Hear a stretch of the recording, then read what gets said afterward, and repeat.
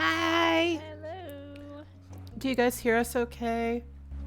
Hi, Parpsy. Hi, Ellie. Hi, Waste. Hi. I forgot. Okay, sorry. Changel. Remind me what you asked me to call you again. I forgot. My bad. But yeah, welcome. Um, Hello. yeah, Belle's here. Let me know if Belle's good volume. Desi. Yes. Okay. Thank you. I remember. Welcome back. Let me see. Okay, let's get us on screen. Belle is really quiet. I can fix this. Okay, maybe I need to just go to my sound mixer and Okay. adjust. Hold on. Oh, I don't have you at 200%. Okay. Now you're at 200. Oh, can you guys hear me now? I'm always surprised when people remember no soda buffer. Oh no, it's okay. I want to remember. Sound is good outside of Belle being quiet. Okay. Still quiet. Still quiet? Fuck. Let me see if I can. Let me also check my mixer as well. Cause I remember how to increase the volume, but now on my side, but now I just completely forgot. Microphone? Oh, I increased on my end. How is she now, guys? Can you guys hear me better, or still? That's better. Is it too loud or no? I had it at my end on my mixer. I could have fixed it. So you don't have to touch anything. It was on my end. Oh, okay. The microphone. But now Nico is quiet. Did it change, like from before? But now you're quiet. Yeah. Nico. Like, did it? When you say quiet, like when I was talking before, Nico, I heard your mic shift a bit. Okay, hold on. Discord fucks with that. Hold on, I got it.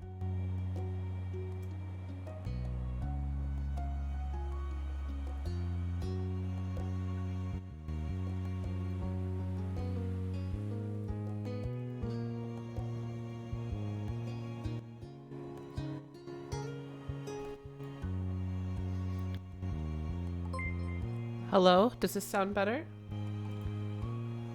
Oh, thank you for the... Wait, the follow, CodeGVT. Yeah, that sounds great. Okay, so there's... I think I know what some of the problem is. I don't know why I didn't hear that. Was that on? Oh, my sound alerts are very...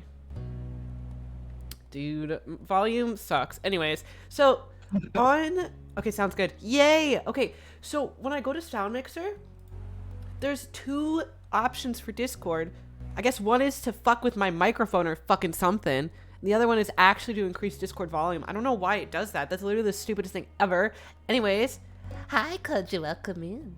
Welcome. One is supposed to be notifications and stuff. Yeah, but the quote unquote notification one fucks with my microphone. Yeah, the classic Discord microphone prank. I never played or watched this game, but it seems familiar to me. Pretty sure I found it 4 years ago for a friend that had it in their wish list. Yeah, Belle actually told me about this. Belle, who's with us right now. The Belle who's in the room with us. Yeah, that's me. Hold on, I'll put us on screen so you can see PC. There she is with her ramen.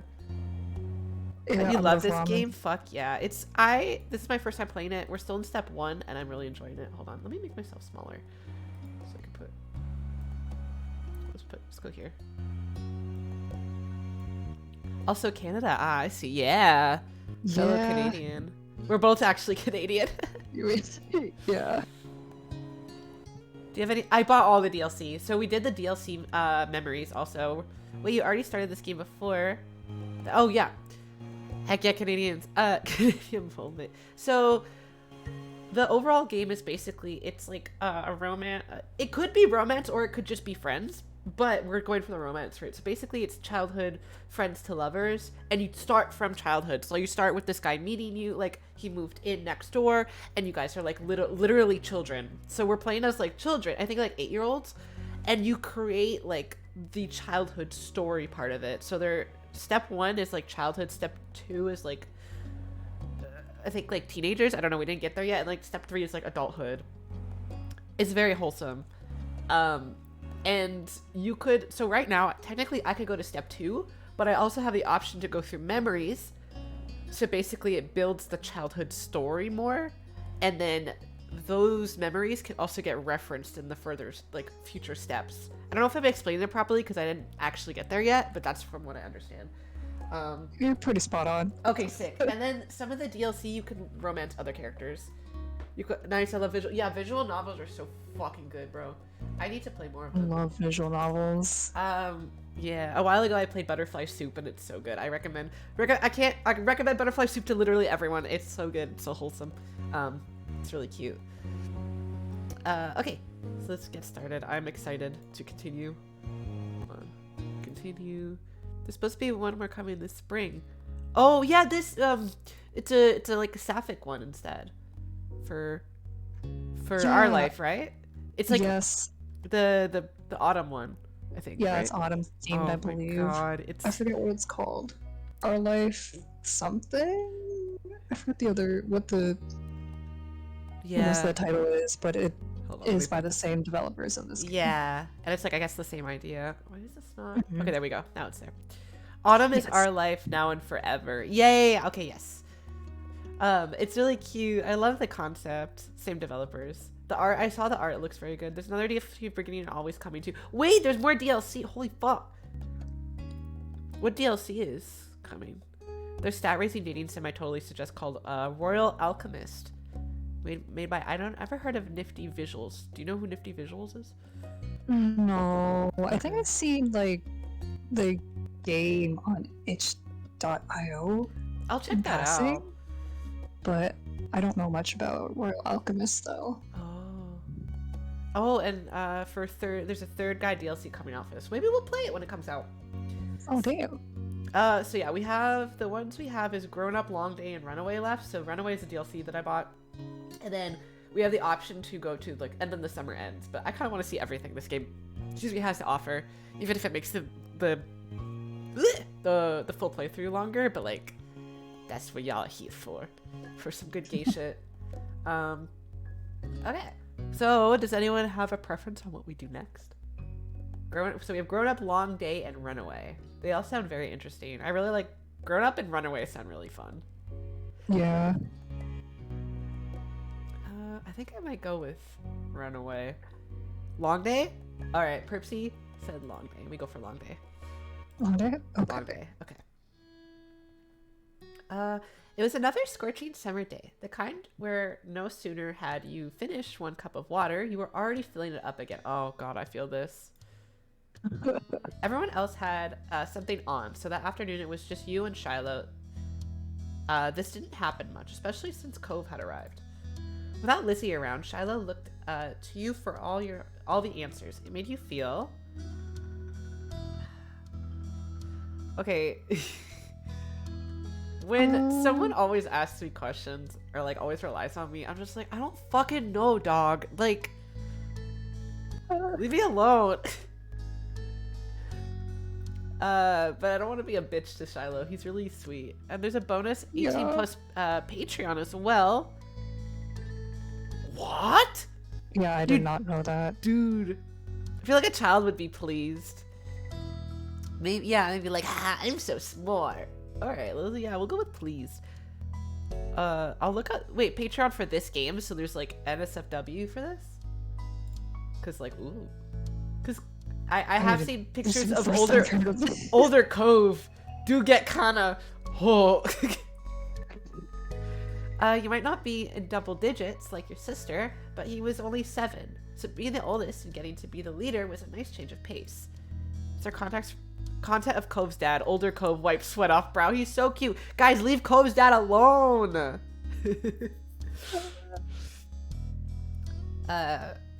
You drained yet another drink and frowned at the empty vessel. Your thirst was gone, but you still craved something icy cold and refreshing. Something sweet. Something like ice cream or popsicle. Ice cream cone. Never. You're right. I could never get you guys to lay off Cove's dad. Nothing beat a classic classic creamy scoop of ice cream on a day like this. There was nothing like that to be found at home. You knew that without needing to look. Your moms didn't keep sweets in the house. Aw, what the fuck? Outside, there were plenty of places where such goodies could be obtained. But there were shops that demanded payment in exchange for their products. Money can exchange goods and services. And Step 3 Cove... It's Step 3 Cove that I'll say about the patron bonus. Ooh. Leave that up to your imaginations. Oh my god. Okay. I gotta check that out later. Maybe when we catch up. You voiced your predicament out loud. You asked Shiloh for help. Bro, he's 7. I don't think he's got cash. You have a child and don't have ice cream in the middle of the summer. What kind of household is it? Yeah, literally. It's like we live like on a beach shore.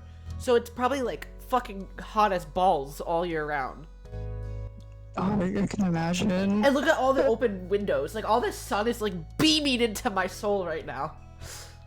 I hate whenever the sun is just right in my face. Yeah. The sunshine. Sometimes it's it's like close the curtains. nice, but like I'm at Not like when I'm, like, this. Yeah. eating and Oh, watching yeah. YouTube on my phone. Oh.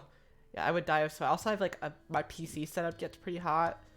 So it would, like, Yeah. make me sweat. Also, I am in Eastern Canada. Nice. Yeah, I never experienced like hot as balls all year round. You voiced your predicament out loud. I feel warm weather and I'm not even in the house right now. I want an ice cream cone. Shiloh, who had been draped over the sofa, perked up. Yeah. Oh, I keep forgetting. It's okay. That sounds good. We don't have anything like that in the house. I don't have any money. Shiloh, you got you got money? Oh, let me check Oh! if I have any. Yeah, Oh he's my God, very this is- adorable. I love the freckles all over him. He's so cute. Shiloh, give me your lunch money. We need ice cream right now. Shiloh Your rummaged lunch in his money. backpack, literally, and proudly produced an assortment of coins plus 1 stray button. How much ice cream can we buy with this? You set the button aside and counted the coins in neat piles. Just over $1, you announced to Shiloh. He had almost certainly come to the same conclusion, but he'd been watching you expectantly.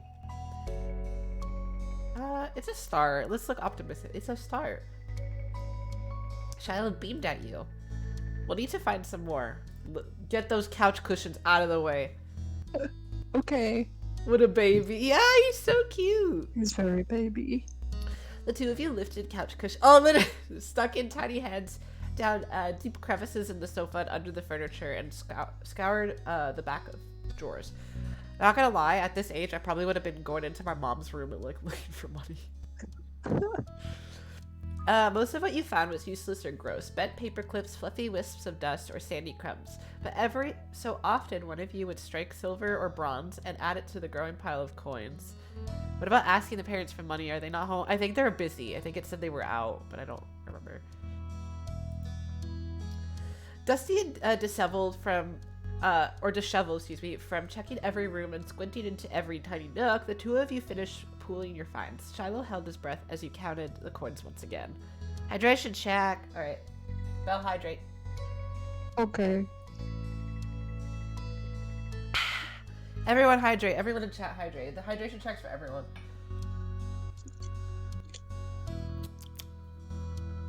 Okay. I know. I finished my coffee. I actually have I have a glass of water now, guys. I finished my coffee already. All I got, boss. Oh, for you? No. Go get coffee. Go get water. Go get coffee. I can't drink coffee. That's so valid. That's good, actually. I have to drink coffee. $2.53 and 2 buttons. We can get a quarter of an ice cream cone.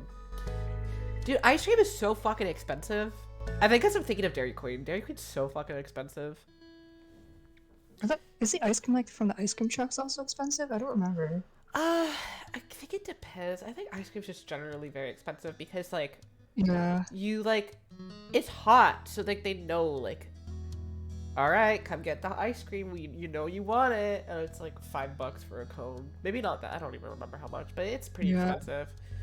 Usually my go-to would be like a chocolate or vanilla swirl or the SpongeBob popsicles. I don't like the popsicles because I like more I don't like as sweet fruity stuff.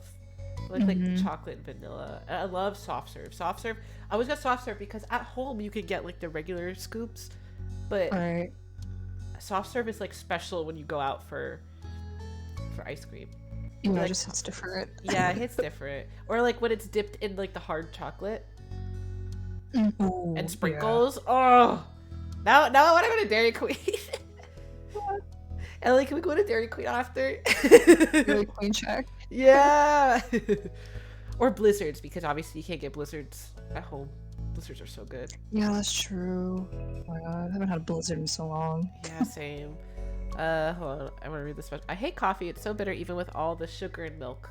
Oh, it still tastes bitter. I don't know how people can drink it. That's so valid. I had a creamer in mine. So when creamer is on special at the grocery store, like this very sugary creamer, so I got like a Starbucks creamer. It's like, I think a bit of caramel flavoring. I usually get that so that I don't use the milk and sugar. But yeah, I put so much sugar in my coffee. My mom drinks it only with milk. I don't understand how she does that. It's too bitter. You drink it with a little bit of creamer usually. I put a little bit too much milk and sugar in it because I don't like the bitter taste. But like, I will get a big headache if I don't drink coffee. Understandable. Yeah, I prefer cream over milk, but I usually have milk in the house. Like if I go out for coffee, if they ask milk or cream, I usually say cream. And I drink dark roast because it's better. I don't even know what I drink, honestly. I think like when I go to Tim's, I just say dark roast. Or I just get... Bro, when I go out for coffee, I don't even get hot coffee, even if it's cold outside. I love getting cold, sugary drinks. I think what's my favorite ice cream? Ice cream's so good. Sorry, I'm so... getting so I off love topic. the ice cream discussion. Literally, ice cream and coffee, ice drinks. Yeah. Bubble tea in the summer. Oh. A bubble tea place just opened up near our house, like less than like 5 minutes away. I'm so excited. And they have a huge selection. And like, I introduced my mom to it, so now whenever we walk by the place, she's like, "Do you want to go get some tea?" And like, she's referring to bubble tea, and like, she's so overwhelmed by the menu because she's like, she's very new to bubble tea, but she really likes it. I'm very happy. I also introduced her to ramen because there's also a ramen place near our house now. Yes. And she really likes it because she likes soup. So when I was like, "Yeah, it's soups," and she's like, "Fuck yeah." You ever had bubble tea? Oh, please. My cousin actually offered me to get some. I can't wait to try it. Oh, I hope you enjoy it. There's so much. Yeah, there's so many flavors. So you can get like juice based or milk. I always get milk based, but juice based is really good too. Yeah, I really like peach green tea with like lychee jellies. Oh, that sounds good. I get both. It's yeah, really good. I'm always like, okay, this time I'm gonna get a juice tea, and then I see a milk tea, and I was like, okay, I gotta get the milk tea. Peach green tea, yes. Yes. More in the summer. Oh, that sounds so refreshing. Or like, It's so good. the hot milk tea is really good in the winter. Like a hot like matcha milk tea. Yeah. So yummy. Or I love anything taro flavored is so good. Okay. Now we got, yeah, hot milk tea in the winter. Okay, now, okay, for real now, guys. Tea poses. All right. You didn't know when the second button had decided to join the party, but you were too pleased with your successful haul to throw it. Oh, maybe we can afford ice cream. Is that enough? What if we share a cone? You figured he knew the answer, but you appreciate him recognizing your authority on financial and ice cream matters. You straightened up before making your pronouncement. Yeah, we've got enough. Oh shit, yeah. You can now afford something at the shops, just one thing, but that was infinitely better than none. Shiloh clapped his hands. Yay! The two of you oh, sorry, that was you. Whatever. It's okay.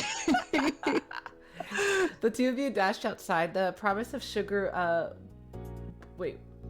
I know this word. Oh my god, this word came up last time we were on stream. Buoy. Buoyed?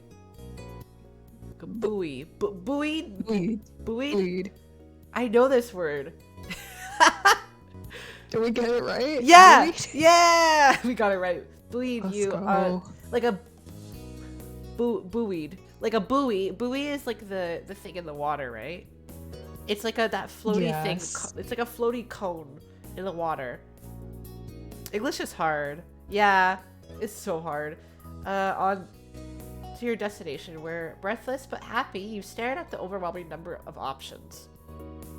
There used to be an Asian gelato place downtown, and I had the gelato with tapioca. Oh my god, that sounds so good. That sounds really good. I love gelato. Anyways, you knew what you wanted, but it wasn't just you who had contributed to the funds to get the treat. You know, I argue that Shiloh contributed most of the funds. I think he should pick. You seem to notice your pause. Aren't you getting an ice cream cone? Shiloh asked as though he was entirely separate from the decision rather than someone with a stake in an outcome. Do you mind? Shiloh cocked his head to the side. It was your idea. You should choose. Yeah, but it was his money. That's your lunch money. Yeah, like, he contributed most of that. I don't consider the couch money my money. Like, here, try to get something you both wanted anyway. It wasn't fair for you to be the only one who decided when he'd be a main factor in making this happen. Exactly. Some of the money came directly from his backpack. Yeah, like, I stole his money. What do you like? All of them. They're so good. What a guy. We love Press versatility. further, yeah. But what do you really like? Popsicles or ice cream? Which is your favorite? Oh, I don't want a popsicle. I hope we get ice cream. Oh, it's so hard to pick. I don't know. Frustrated, you cut to the heart of the matter. You want me to choose? Yeah. All right. And that was that. You got the dessert you wanted originally and hoped Shiloh would actually like it too. Finally, the reward for all your hard work was in your hands. You lapped at the soft ice cream. Yes, we got soft serve. The sweetness perked you up. You held it out to Shiloh so he could take a turn. He shook his head. Finish it. Shiloh! I'm like, Matt, take it! He didn't want any after everything he did to help get it? That was weird. No, take it. You tried to include Shiloh. I want him to have ice cream. Like, now I feel like a terrible house guest. Yeah, he literally paid for all of it, came out with me. He was at my house. I'm his host, and he bought me ice cream. Even if Shiloh said it was okay, every story you'd seen on TV or read in a book said that sharing was caring. You stood your ground, even as the treat started to trickle dangerously toward your finger. It's only fair that you have some. We both bought it. But you want it more than I do, and getting to play was a lot of fun already. So you can have it. That's more fair. What the fuck, dog? You held it out to him. Eat this ice cream, bitch. I want you to have some even more than I want to finish it, so eat your part. Do it for me, not for you. Eat this ice cream for me. Relenting, Shiloh took the treat and gave it a taste. His eyes lit up. Thank you. It's really good. Thank you. He smiled, pleased with your good deed. You picked the best one. Oh, what a guy. Did he mean it? Shiloh, he's such a baby. I love him. Did he mean that? Shiloh was always nice no matter what happened. Even if he hated it, you knew he wouldn't say so. Maybe he thought it was gross, and that's the real reason why he didn't want to take some. You had no idea. You studied him as he ate a little more. He had every appearance of enjoying himself. Still weird. The two of you began to head back home as he ate. You walked side by side on the shore in silence, but your thoughts kept drifting to the boy beside you. Why didn't he speak up for himself? It was almost as if Shiloh didn't know how to say what he felt, or was too afraid.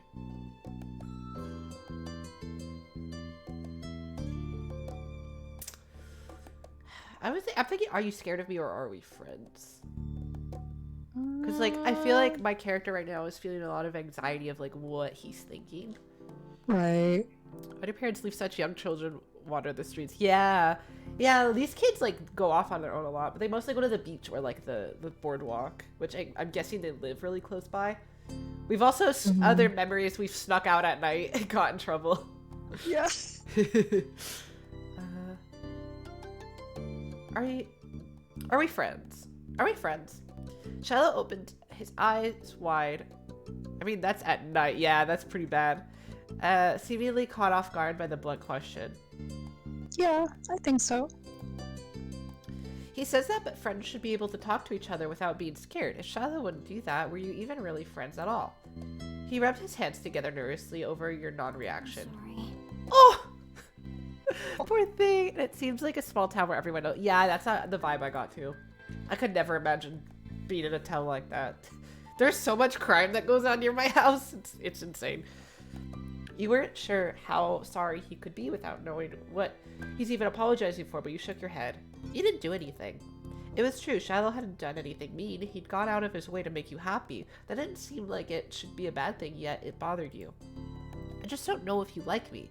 It's like, it doesn't matter what I do, you're gonna act the same. I could be anybody and you wouldn't care.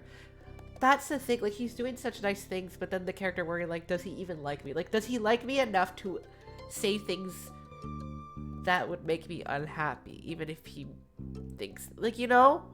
Mm-hmm. Like, do you trust me and like me enough to be honest with me? Right, like, are you comfortable enough to be, like, vulnerable with me or something like that? Exactly. No, I like you. I really, really like you, Groovy. I want to be friends. I think I need to rest my eyes. I feel kind of tired. It's almost bed. Oh, yeah, go to sleep. Have fun. Thank you for showing up. Good night. Good night. Okay. You smiled hesitantly at him. His fidgeting ceased. Even though you weren't sure if you believed him, this was only making things worse. He decided that maybe there were all types of friends. Maybe there were all types of friends. If Shiloh wasn't able to do things differently, this would have to be alright. Shiloh made you unsure about setting a label on the experience of spending the afternoon with just him. There had been good times, and there had been confusing ones. You were positive of one thing, at least. The treat was delicious, and that was nice. The sun was low on the horizon as you returned to your neighborhood. There you spotted two very familiar figures up ahead, Lizzie and Cove. You opened your mouth to make your presence known to them just as you saw the tears on Cove's face. What happened? Hey, why are you crying? Oh, Lizzie, what did you do? You walked straight over Shiloh at your heels. No, he's crying. Once there, you. I see. This is my Jenny. This is my initial reaction. So I feel like as an 8-year-old, this is what I should do. I don't think she did anything. She looks sad. She also looks sad, but I assumed, and I feel like the 12-year-old would assume, I'm gonna accuse Lizzie, especially because we're siblings. This is like a sibling answer. Accuse Lizzie of causing problems. You don't know what unfolded, but you suspected it had something to do with your big sister. What did you do now, Lizzie? Hey! It wasn't me. There was no guilt in her expression, only indignation, but you looked to Cove for confirmation. Your reaction coaxed a smile out of Cove, even as he wiped the tears from his face. It wasn't her. Groovy, I got yelled at. Oh, that's like the worst thing when you're a Right? kid. Even now, actually, if I get yelled at, I'm gonna cry. Yeah. He took a deep breath, steadying breath. Some grandparents got mad at me. What the fuck? Aw. Oh, sorry. That's the worst thing as an adult, too, honestly, yeah. Lizzie jerked her head in the direction of a nearby house. Your heart sunk. You knew exactly what had happened. Every year, the same mean old couple rented out the condo for the summer. Girl, get out of my town. Literally, you yell at my best friend. Get out of my house. You, Lizzie, and Shiloh knew to stay away from them, but Cove couldn't have. They're like that with everyone.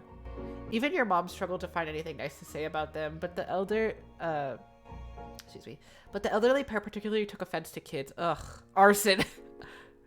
Why do you go to a condo next to where all the kids live every year if you hate kids, bro? Literally. Literally. About 2 people separately in chat said arson. That's pretty good. It didn't matter if they were really nice like Cove. Yeah, Lizzie said. Lizzie drew herself up at that. She looked pointedly in your direction. Uh-huh. I was helping. It's like teachers who teach despite hating kids. Yeah, fuck that. I fucking hate that, bro. That's cool. Is there anything? Is there anything I can do? No. I'm just gonna stay away. Or you could teach them a lesson. Fuck yeah. Let's Let's go. prank these old people. That's a power fantasy or some weird shit. Yeah, it's they like being in charge, so they act like shits. Lizzie fucked them up. There was a devilish glint in her eyes. All right, Lizzie, I'm on your side. What? You should ding dong ditch them. Go ring the doorbell and run. It'll be great because they're slow. They'll never catch you. Well, yeah, fuck old people. So, what's that thing where like you light up a bag of like dookie on someone's porch? What's that called? Oh, I don't know what that's Do you know what I'm talking about? I think so. That's dumb. I don't want to go near them ever You're again. sick. You're Understandable. just saying that because you're a chicken. Okay, don't be mean. I know what you're talking about, but I have no idea. Cove glared but didn't take the bait. Lizzie turned to you. You're not a chicken, are you? Well, I'm not doing this to prove a point to you. I'm doing it because they hurt my friend, so don't get any wrong ideas. I thought they deserved worse than Ding Dong Ditch. Yeah. You scrunched up your nose in disgust as you shook your head. As pranks go, it was pretty weak. They would answer the door to find nothing there. So what? It would be sort of annoying, but they seemed like the kind of people that would be irritated by about anything. If they were going to open the door, there should be something bad there. Oh my god, we're gonna light Dookie on fire. That would be letting them off too easily. You felt 3 pairs of eyes staring at you, but you were studying your surroundings thoughtfully. There wasn't much around that they might dislike. Inspiration came crawling towards you in the form of a roly-poly bug. Carefully, you lowered your hand and let it clamber on your palm. That should do it. You had never met an adult who appreciated bugs. Oh, fuck yeah! I hope they don't kill the bug, though. Let's Ding Dong Ditch and bug them. Yeah. Yeah! We'll go hide. Run as soon as you hit the bell. Good luck. Lizzie and Shiloh ran across the road to take shelter in the bushes. Even once they'd settled down, you could make out 2 child-sized shapes staring from between the leaves. You knew where to look for them, though, and so you told yourself that the grouchy old people wouldn't spot it. Cove sighed, his gaze flicking to the house and then back to you. Be careful. Don't worry, I will fight for you, my brother. I'll be quick as a flash. He gave the door and you one last look before joining Lizzie and Shiloh in their hideaway. The weight of 3 pairs of eyes on your back was heavier than anything you'd carried before as you approached the door. You stared down at the little bug, still wriggling in your closed hand, and carefully placed it on the ground where it could be seen. But off enough to the side where it wouldn't be stepped on. Okay, thank God it's not gonna die. You wrung it. You slapped the buzzer and ran. Blood thumped against your eardrums with every step. Would you make it in time? Approaching the hiding spot, you knew that there wasn't time to go over the bushes as the others had done. You took a shortcut, leaping over them. Or, to be more accurate, crashing into the tops of the bush and then falling over to the other side. Cove quietly hissed at you unwittingly, collided into him, but by the way his arms were out, it seemed he had intentionally tried to cushion your landing. Bro, his arm is like broken. Poor guy. Lizzie put a teamwork, let's go. Lizzie put a finger on her lips and nodded at the house. You disentangled your limbs from Cove's and spun around to see the old man framed in the doorway, peering back and forth suspiciously. You covered your mouths with your hands, but it wasn't enough to stifle your giggles. Maybe he spotted one of you, or maybe it was the leaves you displaced while jumping, but he locked eyes with the bush and stormed over in your direction. Oh, fuck. Shiloh gasped and looked to Lizzie. Run. Your sister did not hesitate to take her own advice, neither did Shiloh. You got up, but seeing Cove struggle to extract himself and stand up with just the one fully functional arm, you gave him a hand up before taking off after the others. As you made your escape, you thought to yourself that he didn't even notice the bug. Damn, god damn it. The old man hollers propelled you all from the street to the sanctity of the hill. Once you were safe, did you notice the stitch in your chest and the ache of your legs? You flopped down, the blades of grass tickling your face. Lizzie, who had taken the lead in the end, was already lazing on the ground. Oops. Go. Wait, hold on. Hello? Okay. Took a moment to catch your breath, feeling the cold of... Wait, what the fuck? Why is it going back? Hold on. Oh, yeah, okay, never mind. Yeah, taking the lead, I was already lazing on the ground. The far beach... Okay, yeah. Okay, got it. Hey, Cove. Cove lifted his head. I told you there were mean grandparents around here. Cove rolled his eyes, then decided this wasn't dismissive enough, and rolled his whole body away from your sister. Lizzie chose to ignore his response and started chatting to Shiloh, who eagerly joined in the conversation. In the back of your mind, you knew you'd be second fiddle again to Shiloh once Lizzie came around. It always went like that.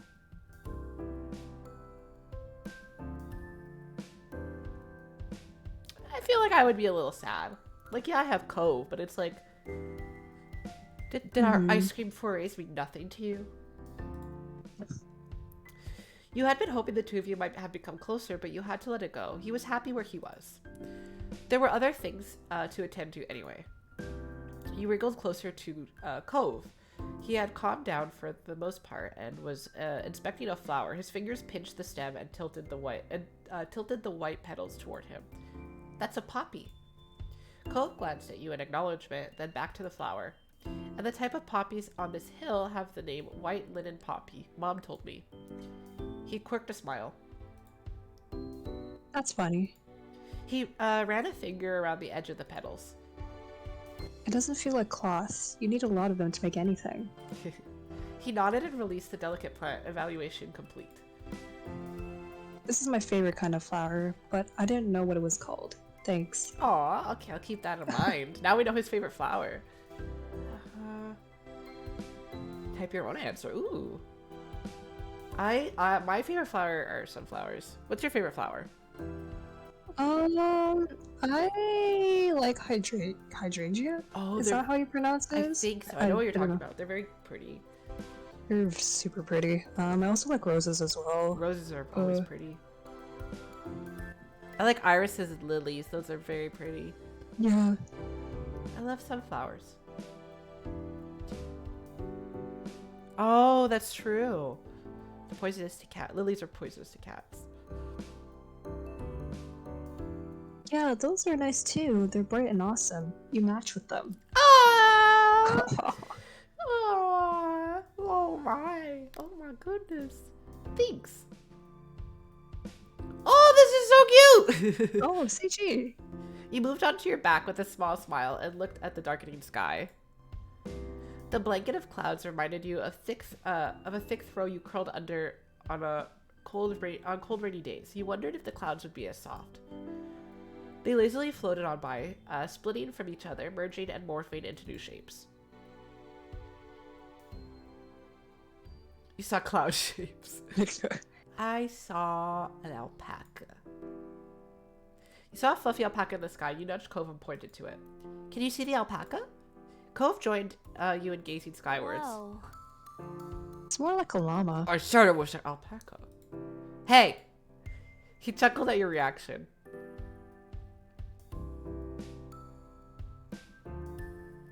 All the sunlight faded from the sky and the moon rose higher. Lizzie got to her feet, dusting strands of grass from her bare legs, and surveyed her surroundings.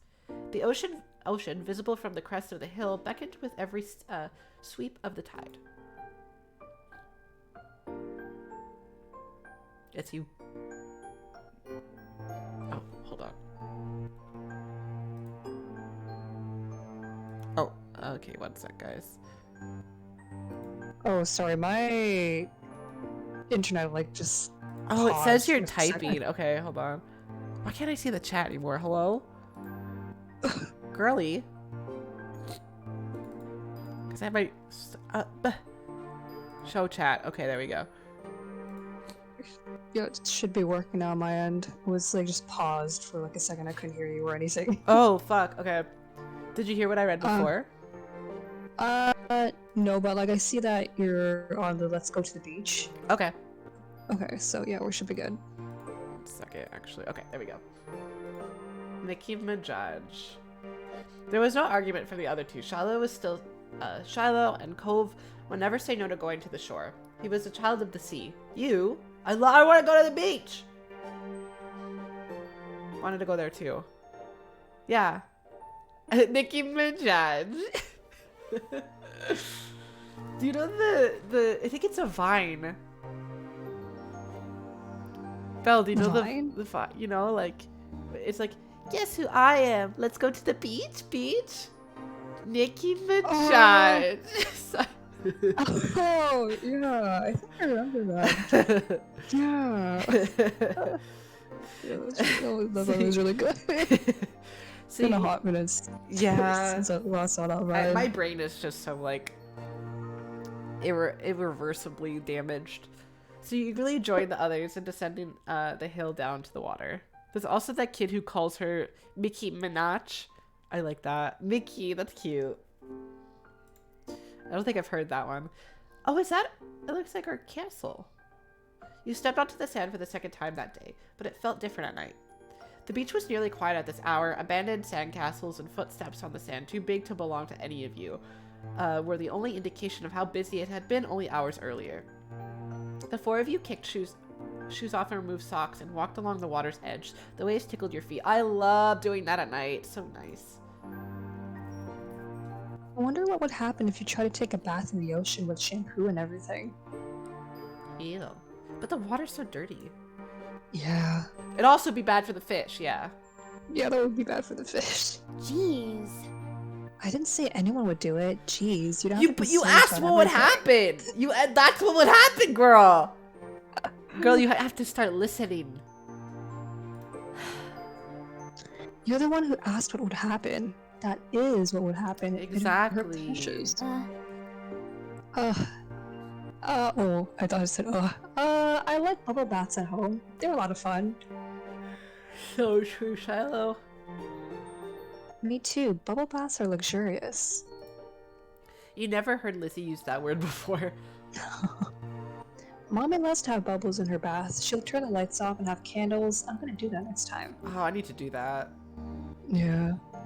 Hey, when's your mom coming to pick you up anyway? Not for a while. She's busy. What about your dad? How come you never talk about him? Nobody does. Uh-oh, what happened? Don't you know you're not supposed to ask something like that? Why would somebody want to talk about something they never talk about? True. You kept your eyes on the ground, watching your toes get swallowed by waves. Even if Shiloh never seemed upset when this topic came up, it made you feel awkward just for having both of your moms. It's okay. I'm like Lizzie and Groovy. I don't have a dad. But I don't have two moms. I just have one. She's really great. Oh. Oh, sorry. I only have one now too. My mom isn't here. She's back home. It's just my dad and my dad with me. At least like they could kind of relate. Mm-hmm. Oh, I never had a dad or anything, so I don't feel bad. It's really sad that your mom is gone. Oh. Cove nodded.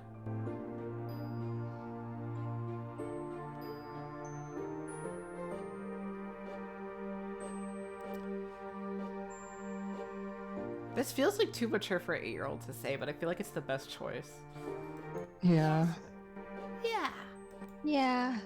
Cove couldn't muster a response. You don't think he truly disagreed, though. The silence broke with a splash as Lizzie kicked in your direction. Cold water and sudden sand splattered against your leg. Lizzie, what the fuck? Lizzie giggled, foot still outstretched from the kick. Cove joined in, striking the incoming waves to make a splash of his own. Shiloh scurried over of Cove's spray zone with a grin. Retaliated. You used your foot to smack the water pooling around you, sending an arc of sea foam flying back onto your sister. You laughed as she spluttered some of the salty seawater having landed in her mouth. Damn, what a kick! She spat it out. Yuck. Lizzie chased you, intent on revenge. You dashed up and down the coast, taking it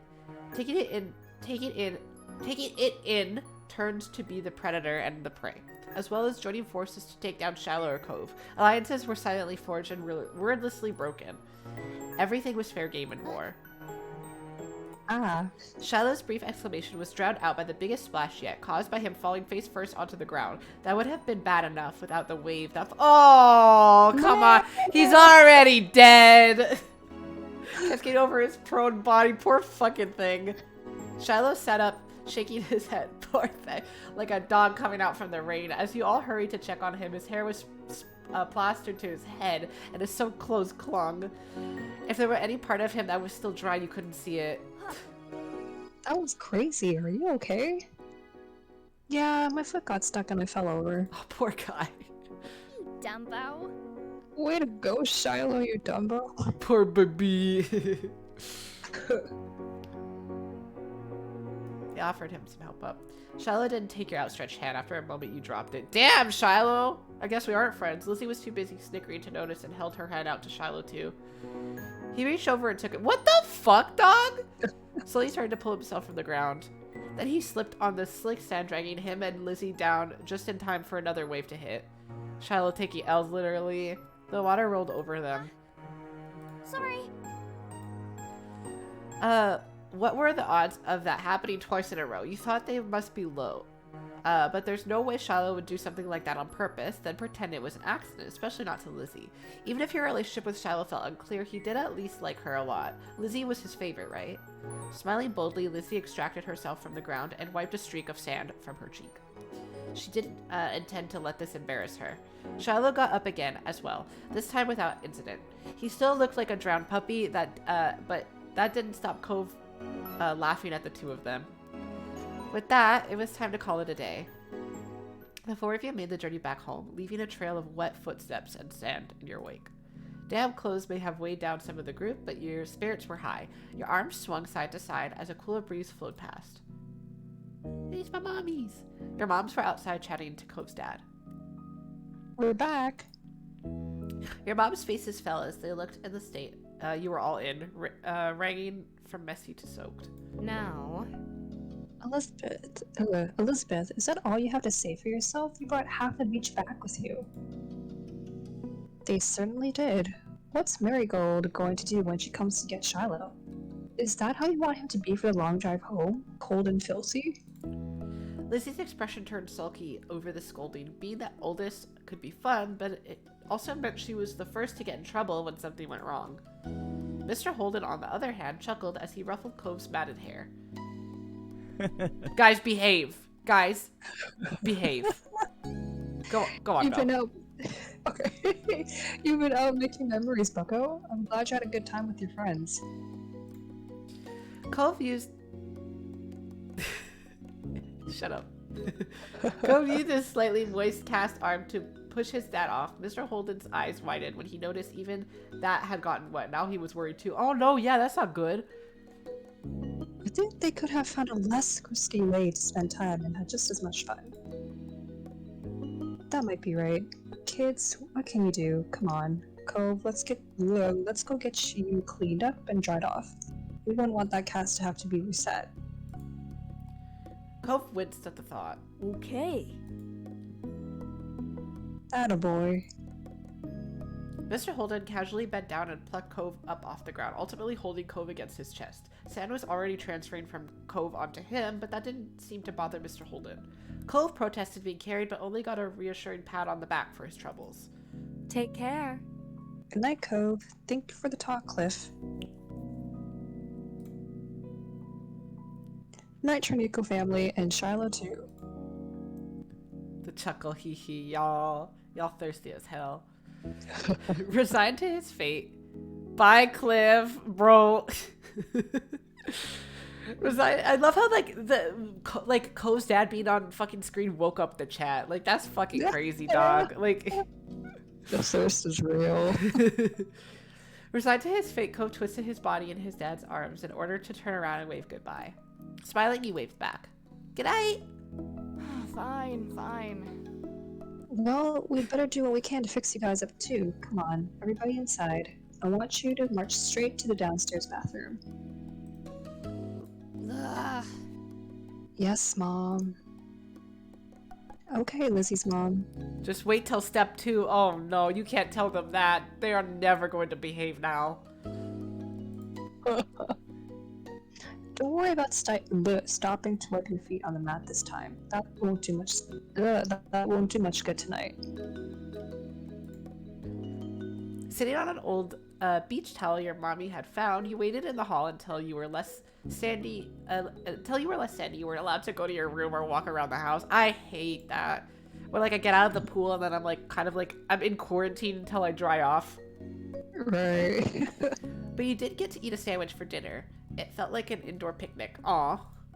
It had been decided Jesus that Christ. Shiloh would wash first and borrow some of your clothes. He was already finished and packed away in his mom's car. Miss Fields had come to collect him a little while ago. It was a bit of a funny experience seeing him without the hat on for once. Lizzie being much more soaked than you got to go in the tub next. It wasn't a bubble bath as she had hoped. This was a no fun allowed cleanup session. At least that's what she claimed. No fucking fun allowed, bro. Not much longer, and it would be your turn. When the bath was done, you'd have to go right to bed. After a day like this, though, you were glad there weren't going to be any further events. Drifting off to sleep sounded like a great idea.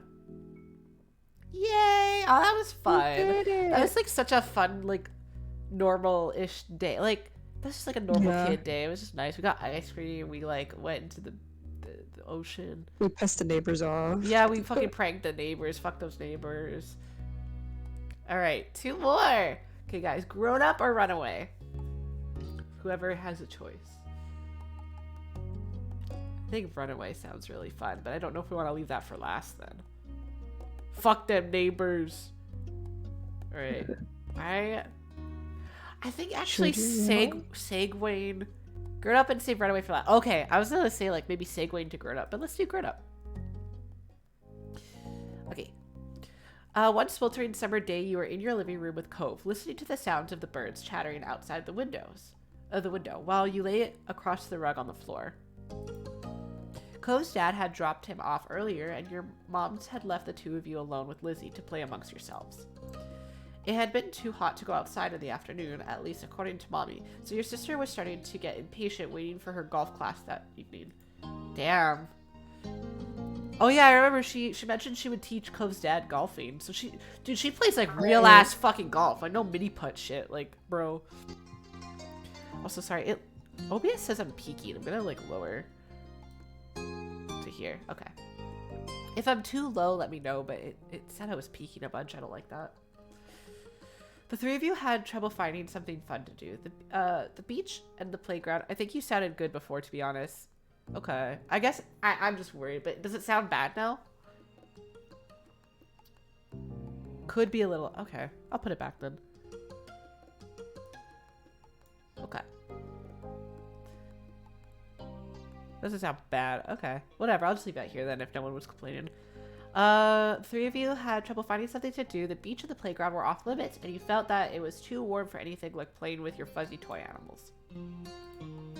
Then suddenly a light came to Lizzie's big, brown eyes, and her smile spread across her face.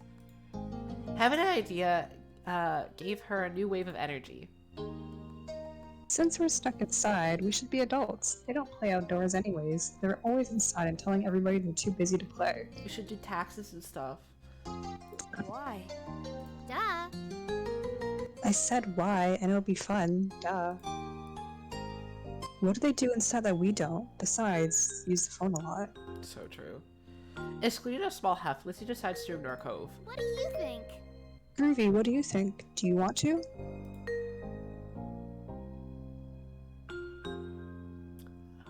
I want to. Let's see. I want to see what she thinks grown-ups do. I want to. You do? Seriously? Yeah. Hooray! Okay, let me think. What do I want to be? Satisfied with that neither of you were about to bail on her, Lizzie thought over her options while you watched. After a few seconds, she clapped her hands together and beamed, apparently having... settled on... Bless. Excuse me, thank you. Having settled on something without asking either of you. Okay. Okay, I'm gonna be a professional Thank you. golfer. Groovy, you and Cole can be a beach volleyball player, a gymnast, or a tennis player. Why can't we pick anything we want? Because I have a fun idea, that's why. And we have to play sports as adults. Yep. But there's other kinds of sports too. Right? It isn't the same. What do you think, Groovy? Don't those choices sound super cool? You want to be that, huh? I don't want to do any of those things, to be No. completely honest. Isn't there anything else we could be? Lizzie stomped a foot on the ground. Nope. Come on. Just decide already. Knowing Lizzie wouldn't let this go anytime soon, you sighed. Cove was not impressed with Lizzie's attitude, though he didn't bother talking more about it for now. You thought over the list of possibilities: beach, volleyball, gymnastics, or tennis. Out of all of them, you'd prefer to play, I guess, beach volleyball. If you couldn't spend the afternoon at the beach for real, then you might as well pretend you were there. You could even wear your swimsuit to make it seem more realistic, although Lizzie probably wouldn't let you run off and do that now that she had you here. Yes, that was clearly the top option. Okay, I'm gonna be a volleyball player. All right. How about you, Cove? Sorry. Oh, sorry. I'll have a volleyball team too. Yay! Lizzie threw her hand to the air, making an annoyed sound. You guys can't be the same thing. That's not how it works. Well, girl, you need a team to play you need a team to play volleyball. You didn't say that. The rule is picking from the list. You can't keep adding more. Lizzie looked at the two of you, then shook her head, resigned to losing this battle, but not the war. Fine, you're both volleyball players, but you're on the same team because there's only one. Yeah, that's fine. Lizzie's ponytail bobbed when she proudly stretched her arms wide. The Olympic team. What? We're Olympic athletes who just competed in the Olympics. Sorry, my eye tracking is being weird. Hold on. Oh, no worries.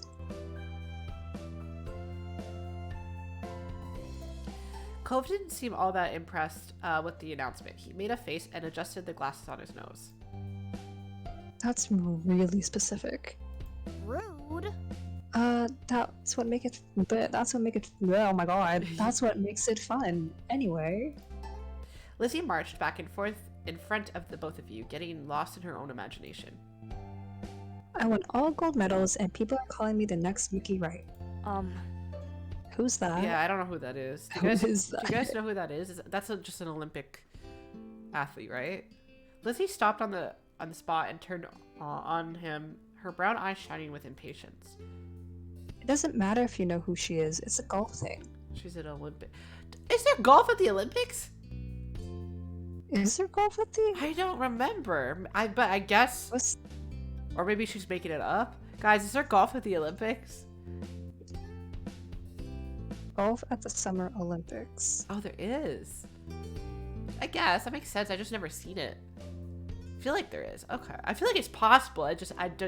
Never occurred to me. Yeah, probably just missed it when it was on TV or something. Yeah, I don't religiously watch the Olympics. Yeah. You guys won medals too. Your team placed at silver. It's more real for not all first place. Uh-huh. Silver sucks at all. Silver. Hey, we can do better than silver. You pouted at Lizzie, unhappy with the decision. Groovy's right. Sorry. Lots of people lose at the Olympics. Them's the breaks. Then you're the one who did, not me. Yeah, get her. Lizzie looked taken aback by Cove's declaration, as though the thought of her losing was completely absurd. No way, it wouldn't make sense. I'm already practicing my golf game. She took a golfing stance to make her point, pretending to swing her club and hit an invisible ball. So, what kind of house do you want to live in? Cove hadn't changed his mind about winning, but thinking about where he'd live as an adult appealed to him, apparently because he looked back at Lizzie with some of the anger fading. I'm going to live on the beach. Lizzie made a face at him, poking her tongue out. That's kind of boring. We already have that. No, not like the normal houses here with a street on it, right on the sand by the water. Ooh, just like that, all the tension was back. You hadn't even had a chance to choose where you would want to live. That's not very fun or smart, Cove. You can't live on a beach on a bunch of sand and shells. Aren't there like tons of beach houses? Like, doesn't that already Yeah. fucking exist, Lizzie? Like, damn. Lizzie, It you don't know how to exists. fucking play pretend. But I want to, and I will. Cove narrowed his eyes at Lizzie, even though she stood half a head taller than him. You didn't give out a list of things to pick from this time, so I'm picking that. Why are we even playing pretend if we can't imagine anything? So true. Okay, but Perpsy, it's make-believe. Okay, I'm 8 years old. But don't they like on the beach? But they have like a structure, like you basically stairs you walk up still. Like it's not just building on sand. It's like there's like a what's it called? Stilts. Yeah, there's like stilts or like a not a balcony, but just like it's not just on the beach. And there's like Jeez. houses on the water too, if I'm not mistaken. I'm pretty sure, yeah. Yeah. Jeez. Well, I'm gonna live in a mansion far away from here and far away from you. One with an indoor pool and a place to practice my award-winning golfing. It's not fair. How come Aw. you are yelling about mine when your idea is even more impossible? Lizzie's face flushed red, her hands balling into fists at her side. It is not impossible, and it's better than yours. Disagreements always seemed to crop up when the two of them were together, and you always felt like you were stuck in the middle. But when it came to the topic at hand, this time you thought,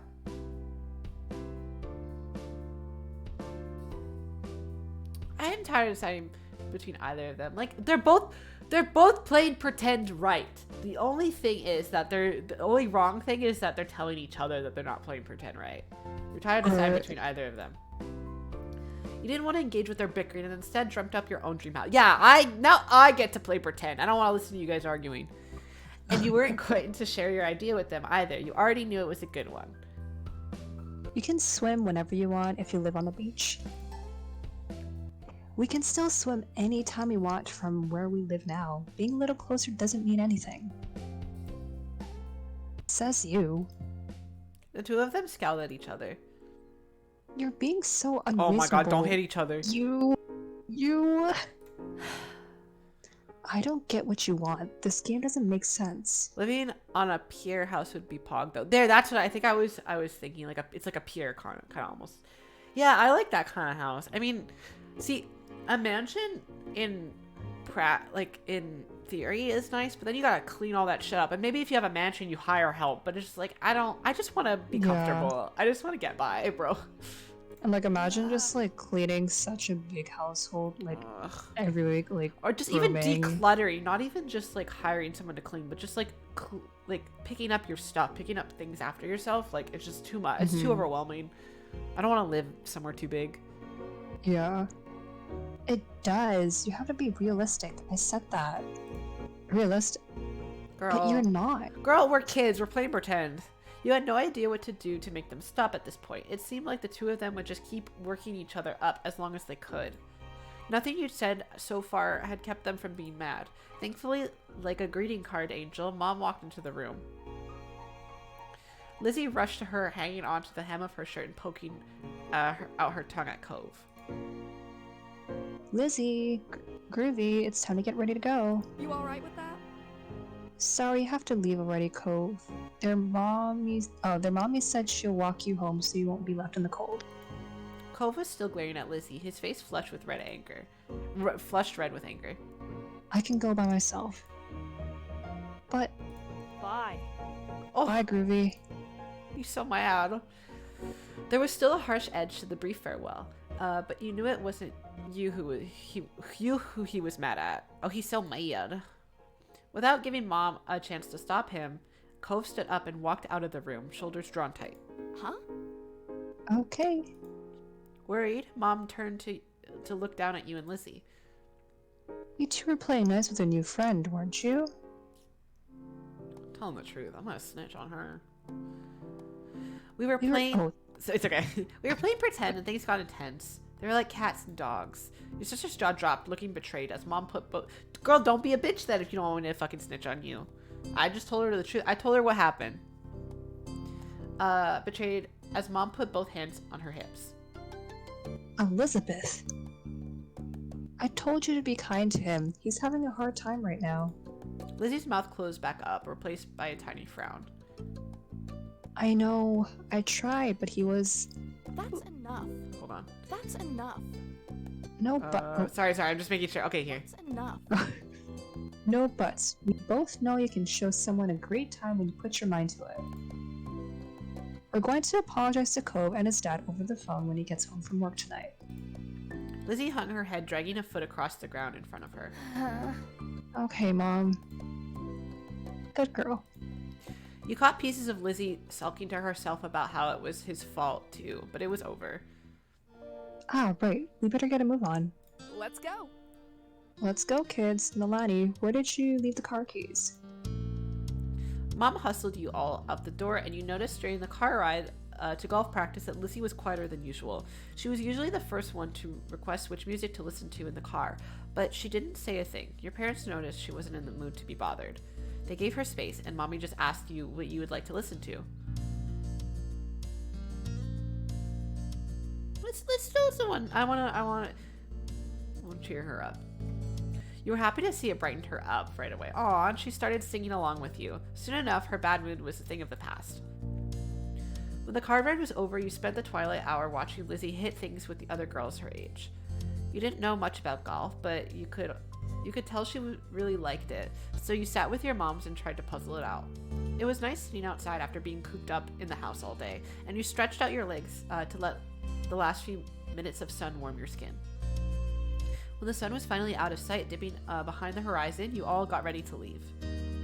Instead of going straight home, your moms took the family out to dinner. You went to a restaurant you had all been going to ever since you could remember. The whole afternoon had been a bunch of shouting, and you hadn't been able to stop. But you could kind of tell that all this helped Lizzie be less angry. The car ride home was quiet, with only the radio providing escape from silence. Lizzie had been in better spirits now, but the closer you got to your neighborhood, the more she wiggled in her seat and frowned out the window. She knew what was coming when you all got back home. Clearly, she was dreading it.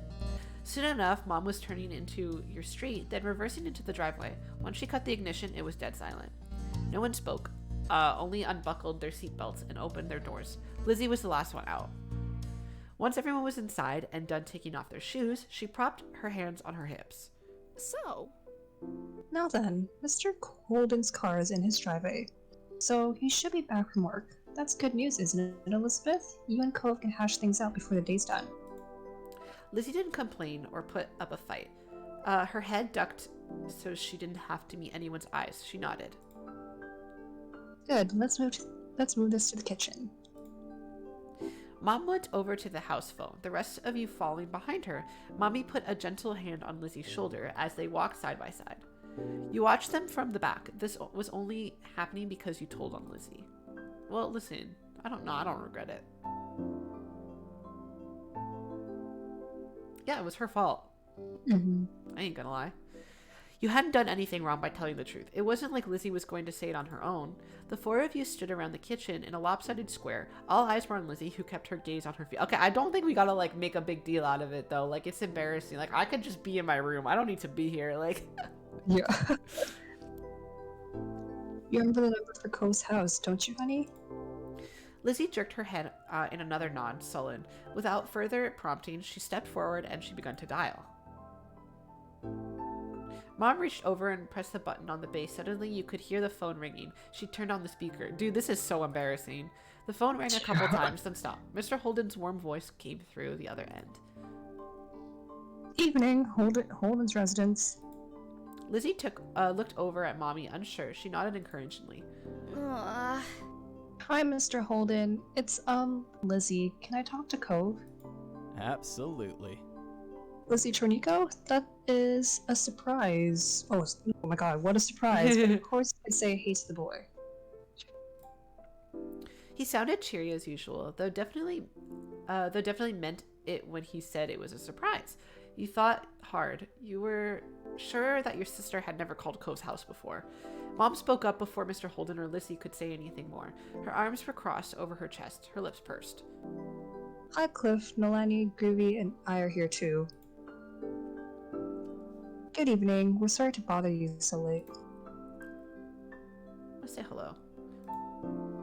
Hi, Mr. Holden. The gang's all here, huh? Is something the matter? His voice grew a bit concerned. Mommy was quick to reassure him. No, well, yes, but it's going to be okay. Lizzie and Cove got into a bit of a fight today, so we were hoping that the two of them could talk and make up. Is this a good time for you and Cove? What? A fight? Cove didn't tell me anything about that when I came home. It does explain the funk he's been in tonight. Aw. He chuckled lightly despite that. It didn't seem like he really thought it was funny. Anyway, it's good. You didn't catch us at a bad time. I'll go grab him for you. There was some shuffling on the other end. He must not have gone far because you could still hear him calling out. Oh, there's someone on the phone for you. After a beat of silence, there was more muffled talking from Cove's dad. Come on, bud. Lizzie called just so she could talk to you. Are you sure? Groovy's on the other end listening too. Do you want to say hi? Aw, come say hi to me, Cove. It took a bit of back and forth, though. The conversation seemed one-sided since you couldn't hear Cove properly. Eventually, Cove took the phone from his dad. Hi. Hello? Hey, it's Lizzie. Yeah, I know. Dad told me. Cove's tone was defensive. Lizzie turned to Mom, scowling. One stern look from her, though, and Lizzie turned away. Sorry. I just called to say I'm sorry for not playing nice with you today. I won't do it again. Lizzie's eyes were downcast, her voice low. You could tell she felt uncomfortable apologizing to Cove in front of everyone. She was still being genuine about feeling bad. Cove must have realized that too, because he sighed quietly. Me and Groovy should get gold Yeah, we should get gold! That's right, Lizzie had kept denying you two what you deserved. Lizzie was momentarily stunned silent by the demand. She probably forgot that had even happened already. Alright, we all win the gold. Yay! Okay, I guess I'm sorry too. As a sense of relief washed over everyone at his acceptance of the apology. Mom uncrossed her arms while Mommy's shoulders relaxed. Lizzie's eyebrows raised up. You wondered if she thought that he'd refused her apology. Dad, can I get off the phone now? You couldn't see him, but it was obvious that Cove felt awkward about the situation. He had come off uncomfortable the entire time, really. Yeah. You can go back to your room if you want. Be sure to say goodbye first, though. Bye, Lizzie. Bye. Bye. Bye, Groovy. Oh, he looks so much more happier. You perked up at the mention of your name. You smiled, even if you couldn't see it. Bye, Cove. With that said, Cove must have handed the phone to his dad and left, since Mr. Holden spoke up. That's a relief. All's well that ends well. As they say, thanks for arranging this. I'm sure he appreciates it. As Mom replied, Lizzie tugged on Mommy's hand to catch her attention. Can I go now, too? Good job. Sure, sweetie. Thank you very much for apologizing to Cove. Mom flashed a brief smile at Lizzie and nodded her agreement. Given permission to leave, Lizzie scurried off towards the stairs. She seemed to be feeling much better with the incident behind her. Mom and Mommy returned to the phone, taking it off the speaker. They continued talking to Mr. Holden. You couldn't tell what about. You were glad that was the end of it all. Lizzie and Cove might not get along, and probably still won't, but they weren't mad at each other anymore. Mom and Mommy weren't upset either. Everything was finally back to normal with that thought. You retreated to your own room with a spring in your step. Aw, that was wholesome.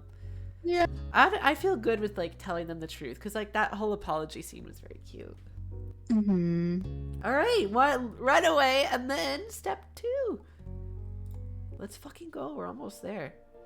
It was early, and you were on your way to the playground. Lizzie planned on joining you there later.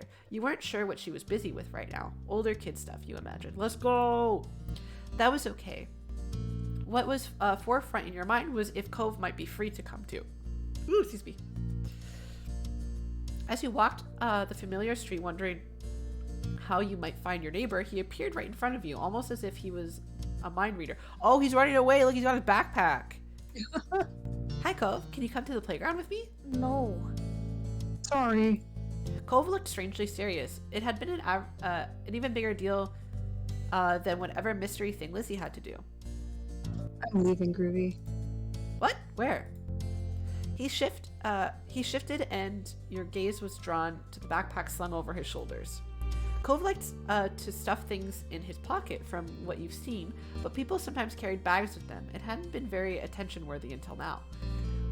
The pack was decorated with cartoon waves and dolphins. He gripped one of the straps tightly with his good hand.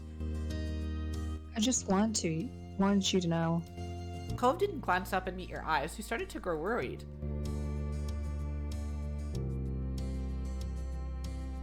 I'll come with you. He looked up at that. You hoped he would agree, but instead he shook his head. I'll come back, though, sometime. I don't know when, but we can do stuff then. He directed a fragile smile your way. Without another word, Cove turned on his heel and started to walk away. Wait! He kept going. His focus wasn't on you anymore. What was that about? You watched as his back grew smaller and smaller. Then you realized that you were still standing in the middle of the sidewalk. You thought about your earlier plan of playing at the park. Suddenly it didn't seem as fun anymore, not without Cove. But it wasn't like you could force him to play with you. He had things to do. Let's go to the park, I guess. It was still sad Cove wouldn't be there, but you wanted to stick with the plans you had on your own. Maybe Cove and his dad were going on a vacation. That had to be it. You reasoned after all. You reasoned. After all, Cove said he was going to be back. He wasn't moving again. You resolved to spend time with Cove when you saw him next time, for sure. After a couple hours at the playground by yourself, it had gotten firmly into afternoon. You were on the swing set with your feet buried in the sand when you spotted Lizzie in the distance. She was rushing over like something was on her trail, chasing her. You knew she would be coming, but was she that excited to get to the park? Instead of nabbing the swing beside you, Lizzie stopped in front of you. She bent over, balanced her hands on her knees, and panted. Did you hear? Hear what?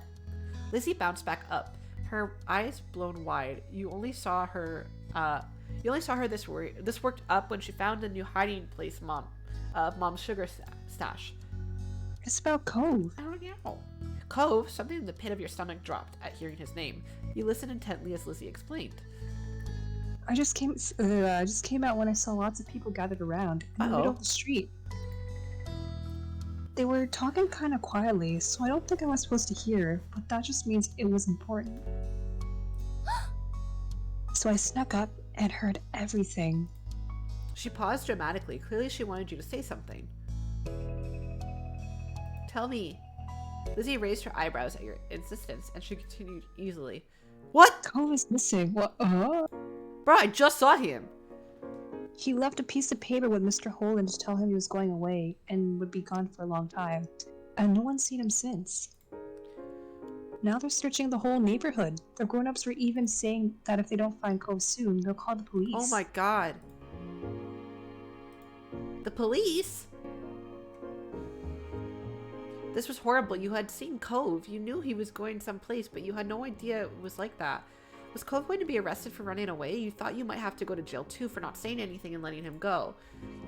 You glanced back at Lizzie. Should you tell her you'd known about Cove leaving, or would it be better to keep that to yourself? I'm going to tell her. Actually, Lizzie, I saw Cove. He told me he was going to go before I went to the park.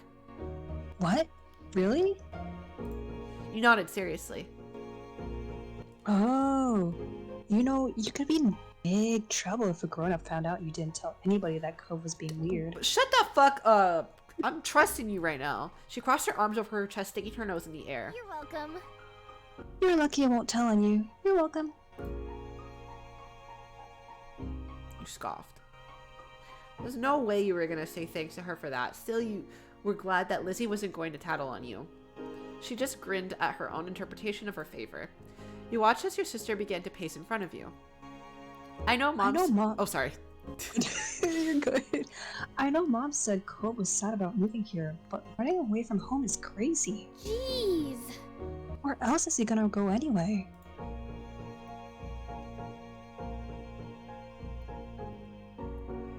I want to find him. Lizzie scrunched her face up, thinking deeply for a moment. Then she nodded and planted her hands on her hips, determined. I'm gonna look too.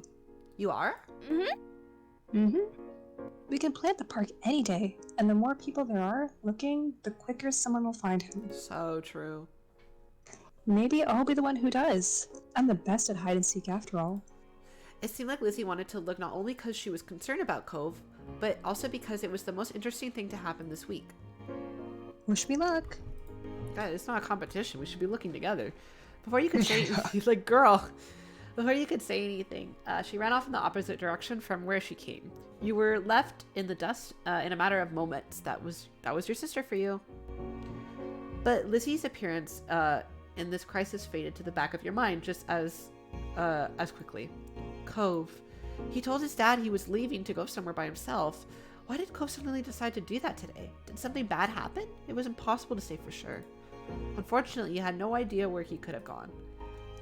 You thought hard. There were the hills behind your house. He had gone there the first time you met. But someone would have checked there already. They wouldn't need to call the police for that. Cove must be far away or hiding somewhere if the whole neighborhood was looking for him. You swung back and forth, your lips pursed in contemplation. If I were Cove, where would I go? Lizzie had said Cove was crazy for running away from home, but he never considered Sunset Bird his home, did he? His real home was somewhere else. There was only one place that came to mind that might be important enough for Cove to go off like this. It was a good idea, except how was he gonna get there? Could he take a bus? Was he gonna walk the whole way? You didn't know what direction he needed to take. But wait, there was only one way he could go. Going down the street just led to the beach, so that couldn't be right. Going to either side, I mean, he'd get stuck by buildings and fences and big slopes, like the one behind your house. That left going up the street. You knew that road. It led to the main part of town and kept going all the way to the city limits. Cove didn't know the area well. You didn't think he'd want to go off the road onto some random street, which meant someone followed the path. They might find him somewhere along it. The grown-ups seemed to be looking in the neighborhood, so I'm doing it myself. I'm the hero. You shouldn't tell anyone just yet, just in case you were wrong. You could go check it out yourself. You rushed to where you had abandoned your flip-flops and slipped them on. They slapped against the sand as you left the playground. You went right up along the main street, keeping an eye out for Cove. No one else had the same idea as you. It seemed because you were completely alone there. You passed through your whole neighborhood and then the next one over, and the next. You put one foot in front of the other, focusing on your surroundings as you did. Yeah, I'm gonna worry everyone more because I'm 8 years old. Because I'm a baby. It's my job. Cove had a head start, so you didn't know how far you could have gotten. You couldn't get distracted. You kept walking. You called out for Cove a few times, but you didn't see the familiar mop of green hair anywhere. After a while, the sun began to dip out of the sky. It would be dark soon, and there was still no sign of your neighbor. You weren't even in the residential district by this point. You had reached the central part of town. Oh my god, we got the grocery store. The area was at once strange and familiar. You'd been here before, of course, but you never without your moms close by. They would drive you. You were growing disheartened. There was the possibility that he was farther ahead, but there were countless other places to potentially check too. Cove! You shouted his name a few times as you had done periodically this entire time, but there was nothing. Maybe he's not going this way. Was he somewhere else? Had someone found him already? I keep going forward. I'm a little kid. You were able to make it this far. You had to continue the search. With that in mind, you pushed yourself to walk a little faster. People said this was a really tiny town, but to you it felt absolutely gigantic. Eventually, the business part of town ended too. There was no sidewalk anymore, only a long expanse of road. You walked on the grass instead. Onward was the only option. Your journey stubbornly continued. Damn, I'm like the highway and shit. Like, Yeah, Jesus Christ. well, I'm leaving town, bro. I'm out of town. Your feet hurt. You were tired. You were on your own, but somehow you had reached the very edge of Sunset Bird. That's what the sign told you. You had lived in Sunset Bird forever, and it was a very rare occasion that you'd seen this sign. Most everything in your life happened inside the city limits. The endless road ahead seemed scary in a way. It paralyzed you, and finally put an end to your forward momentum. You scanned your surroundings instead of dwelling on that. You deeply hoped he hadn't gone past the sign either. Cove, are you here? The previous times you had called his name, there had been no answer. You couldn't be surprised that one didn't come this time either until... Groovy? Oh, fuck. A dark blob just behind the exit sign's legs shifted. You squinted as it continued to move. The more you stared, the more your eyes adjusted, and the more the dark blob resembled a person. Then you realized just who it was. It was Cove. He was here. You actually found him. Hey, bud. He hesitantly got up from where he had been sitting, as if to make sure he had actually heard something. Then he caught sight of you, his eyes wide behind his glasses.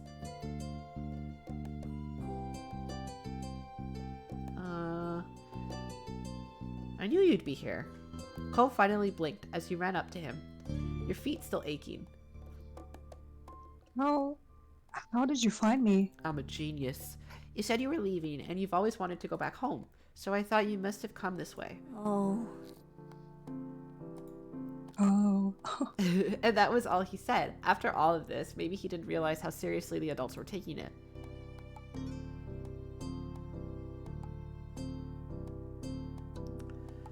We should head back now. He shook his head so fast that his hair swished wildly. I'm not going back. Everyone's looking for you.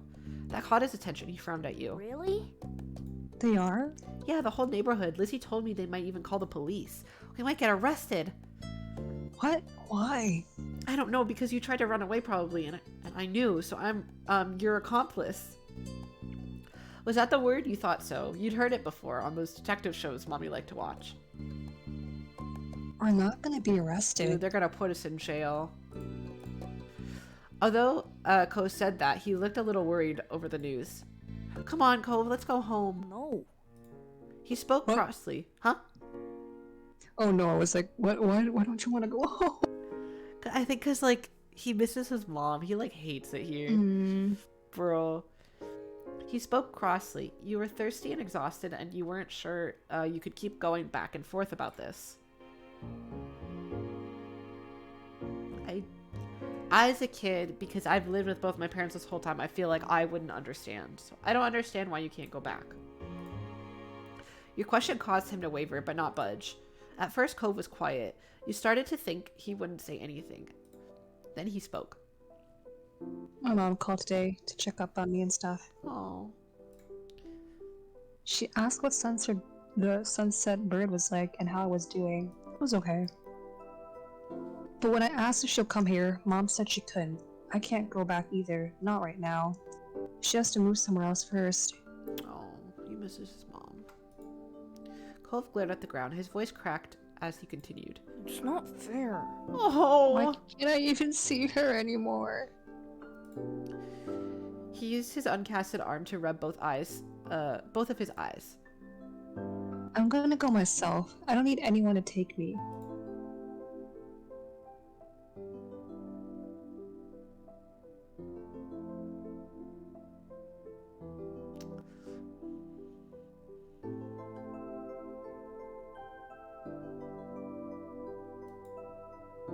Cole's eyebrows shot up, as though he hadn't expected you to have this kind of reaction.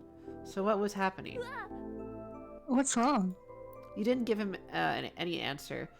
When the surprise wore off, he tried more softly to coax a reply out of you. Are you okay?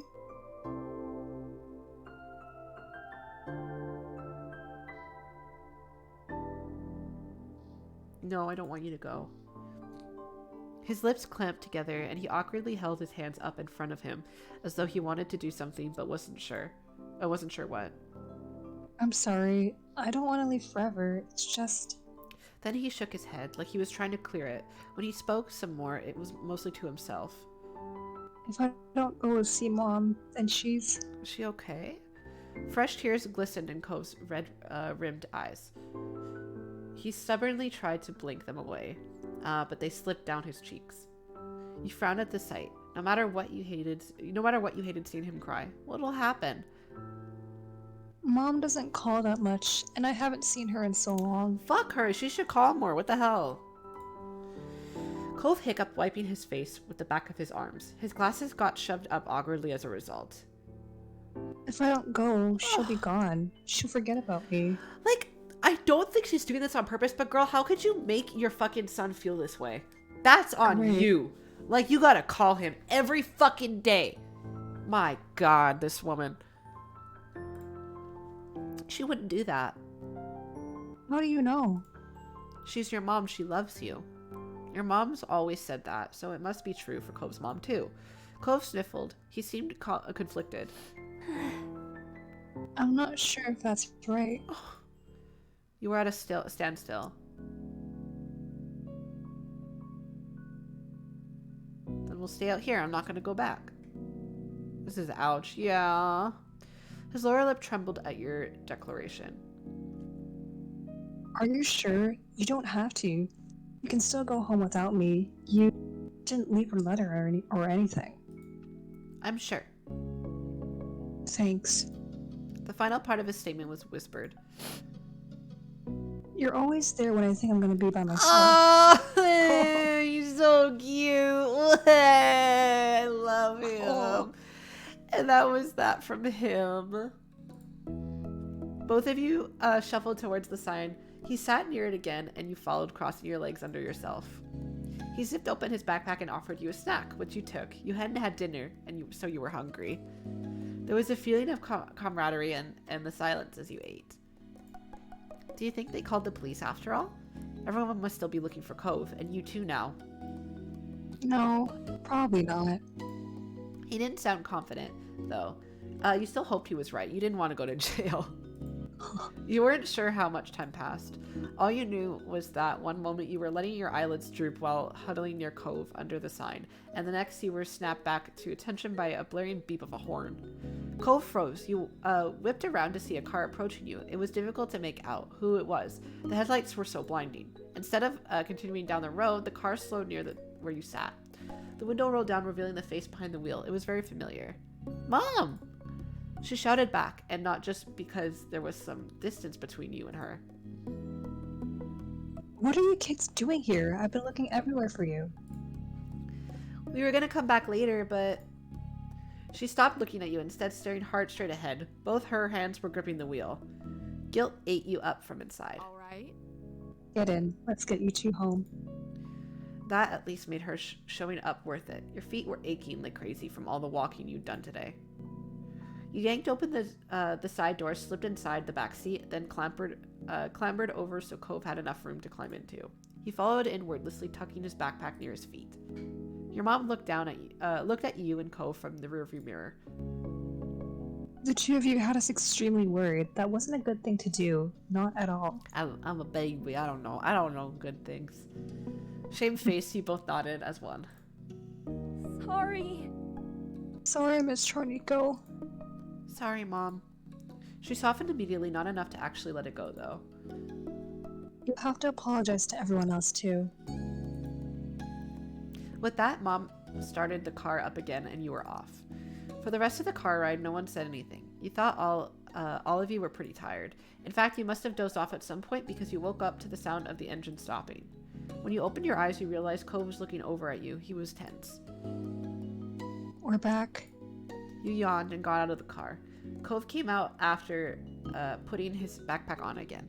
Reminds me of the time I fell asleep, rolled up carpet left outside, and got super in trouble because my family thought I was... Oh my god! Wait, how far from the house were you? What do you mean rolled up carpet? What the hell? Where were you? It was in the yard. Oh my god, you were just in the yard. Mom locked the car door and motioned you two towards the house. She opened the front door and let you go in first. Mommy appeared quickly. She must have been waiting nearby. There was a phone in her hand. It worried you, thinking about who she might have been talking to. The tight line of her shoulders relaxed when she saw you and Cove. It was like 3 times the length of my body, and I barely fit inside, so I crawled in, and it was tight enough. I was like, sleepy. That sounds like a good napping place. Oh, thank goodness, you found both of them. Yes, I did. They were at the actual end of town, right under the now leaving sign. That's terrifying. What were you two doing there this time of night? Do you have any idea how far that is? How unsafe? Listen, I went before it was night. So whatever. You peeked at Cove. He still looked exhausted. His eyes were puffy, and there were dried tears tracks on his cheeks. I wanted to see my mom. Groovy came to get me. Your own mom shared a look. You weren't sure what it meant, but they always did that. You wondered if they could read each other's minds. Since they were communicating telepathically, you stole a glance around the house. Lizzie wasn't anywhere in sight. Could she be outside somewhere searching for Cove still? Where's Lizzie? Your sister's in her room, fast asleep. Same way you should have been. She came back earlier. She had been looking out for Cove after accidentally finding out he was missing. She tried to pretend otherwise, but she was worried. Aww. Said she checked all the hiding places she could think of, but she couldn't find Cove. You and Cove exchanged remorseful glances at that. Mommy noticed the discomfort. Okay. You two must be sleepy. You can sit down wherever you like. Mommy smiled warmly and motioned to the living room. Cove looked up at her, then lumbered over. You followed close behind. The living room wasn't far or separated by a wall, so you heard your mom's talking softly. He wanted to go see his mother. Poor thing. Well, that explains it, at least. Still, I'm not sure it excuses it. It was so dangerous to go off into town like that. Yeah, that's terrifying. When he slept over there, he left in the middle of the night too. Oh, all the references. So the order I did it in, they referenced the sleepover. Oh, true. Yeah, gave us quite the fright. But he's having a hard time right now. You can't expect a child to handle it maturely. True, it can't be helped. But that's enough of that. We should tell Cliff and the others that he's here before the panic gets out of hand. There could be riots. Jesus. Is that all right? I'll call, then go to the front to tell everyone's still out there. You keep an eye on the kids. Make sure they don't go off. They don't take any more trips today. Got it, hun. Cove just sat there on the couch, setting his backpack down beside him. He stared at his hands. I'm sorry, Groovy. You faced him quietly. I didn't want to make you feel bad. I don't want to fight. Oh.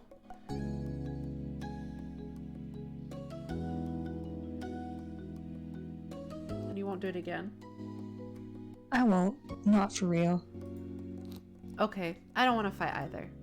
Having him apologize didn't make you feel better. He looked relieved that the two of you were going to be able to get past this. Before you could say anything else, the front door opened. Your mom was back with Mr. Holden close behind her. He made a beeline for the couch, his gaze strained on his son. Cove? God, are you alright? Strands of his hair had fallen out of his ponytail. His eyes were darkened like he'd been crying too. Poor guy. Oh my god.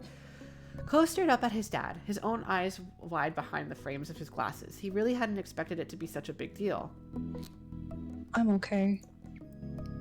Good. That's good. I'm so glad to hear that. He clasped a hand on his son's shoulder, attempting a smile, but the corners of his lips twitched and spasmed, as if they wanted to wilt into a frown instead. Cove seemed to have that effect on him. Mr. Holden turned to you, still smiling, weakly. I'm so happy you're alright too, Groovy. Then he looked at your mom's. Thanks for your help, as always. He laughed pitifully. I'm sorry. Oh! And I'm so very sorry for ruining your afternoon. I can't apologize enough. It's okay. It was no trouble, Cliff, really. It couldn't be helped in a way. Something was bound to happen sometime. Besides, he wasn't the only one who decided it was a good idea to disappear today. Hee. Oh, is that me? Oh no. Exactly. We're just happy the kids are safe and sound. Not for the first time that day, you recalled your original meeting with Cove. He had run away then too, only not as far as he had today. Cove must have had a similar thought because he mumbled an apology. Sorry, Dad. I won't leave anymore. Promised. Some life seemed to return to Mr. Holden thanks to his promise. This time around, his smile was more genuine. I'm so glad.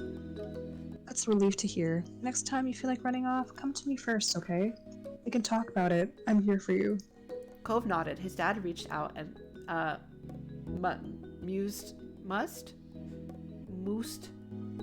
moosed his hair playfully. Yeah, like moose, like hair mousse.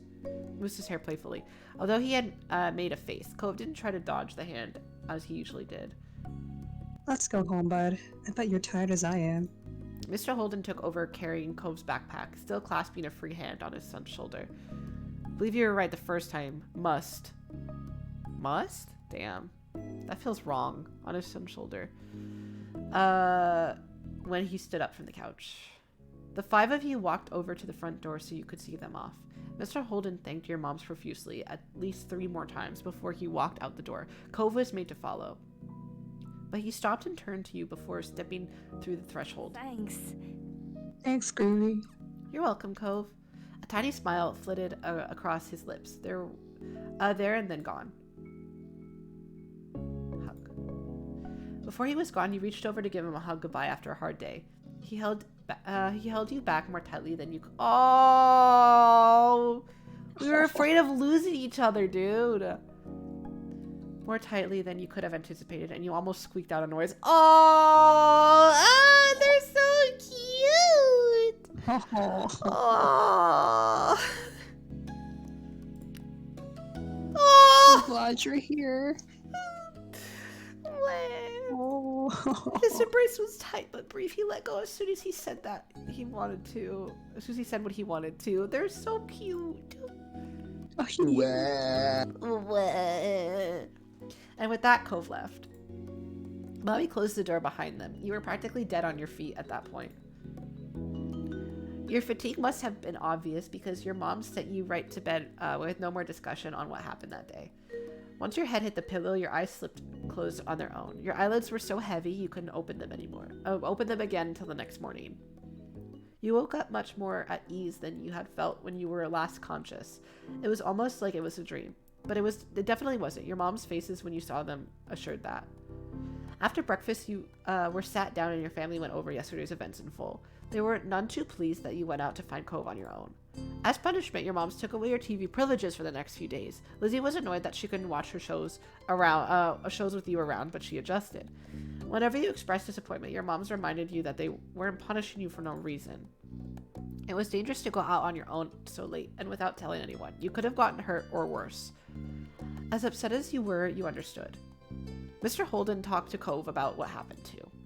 You didn't know what was said exactly, but Mr. Holden forgave Cove immediately. He didn't do anything to punish Cove for running away. He blamed no one but himself for Cove's desire to leave home. He's probably like, I feel so bad for this guy. He's probably like doing his best and he feels like it's like his fault that his son misses his mom. And like he's not good enough. And like he feels like he's not doing enough for his son or something like Poor that. guy. And he's like, I guess like the lack of punishment is almost like fear of like, I'm going to drive him away more if I punish him for anything he does. That's how like I see it. Like I feel like it's coming off like that. Like kind of making him trying to like me more. You know? Right, yeah. You caught your moms discussing it only in hushed tones, frowning at each other. It was pretty serious. There was a word used you hadn't heard before. Self-flagellation. But there wasn't anything they could do to change Mr. Holden's mind. Or like he can't fix Cove's mom he can't, it's like also, feeling like your kid prefers the other parent and also feeling like you can't do anything if his mom does not call. And like, who knows, he might have talked to the mom and be like, hey, can you fucking call our son more? Like, I'm a little pissed at her for that. Like, bro. Your neighbors stopped you and Cove often for the next week or so to express their concern and disapproval of the event. Still, as they always did, days continued to pass. So did talk about Cove running away. Things eventually returned to normal as they had to. Summer kept going, and you kept having experiences you shared with Cove. And that's it. That's all of it. Oh God, we're gonna go to step 2. Do you have time to start step 2? I should be good for a little bit of step 2. Okay. Yeah. We're definitely obviously not gonna finish it, but okay. And then summer ended. Moving to the next step. Okay, hold on. Let's actually save the end of the step. Let's save here. Okay, and then summer ended. Yes. Oh, I'll never get tired of that view. You stood beside your mums, Lizzie and Cove, as the 5 of you watched the sun dip into the ocean somewhere far, far away. You like to imagine cooling off in the water, resting itself before getting ready to shine brightly again tomorrow. That was a fun day. I didn't know they had magicians on the shopping street now. Oh yeah, we went to see one. Neither did I. Oh no, we are so dull. Let's get out more. He didn't do real magic, Mom. Yes, he did. How did you figure that one out? Duh. Because I know. That's not what real magic looks like. Oh, Lizzie dear, there's all kinds of magic in the world. So true. Lizzie gave Mommy a suspicious look, but didn't dispute them. Didn't dispute the claim. You looked over at Cove, who hadn't said a word since you started home. He didn't look upset, though. Just content. You're aware he still hadn't quite warmed up to your parents. Well, we can't sit out here all night. Time to hurry home and get cooking. Who's helping with dinner? Lizzie immediately let out a groan. Mom, summer's almost over. The protest was obvious. You could practically see school on the horizon. You certainly didn't want to spend your last bits of freedom cooking dinner. You could do that any other day.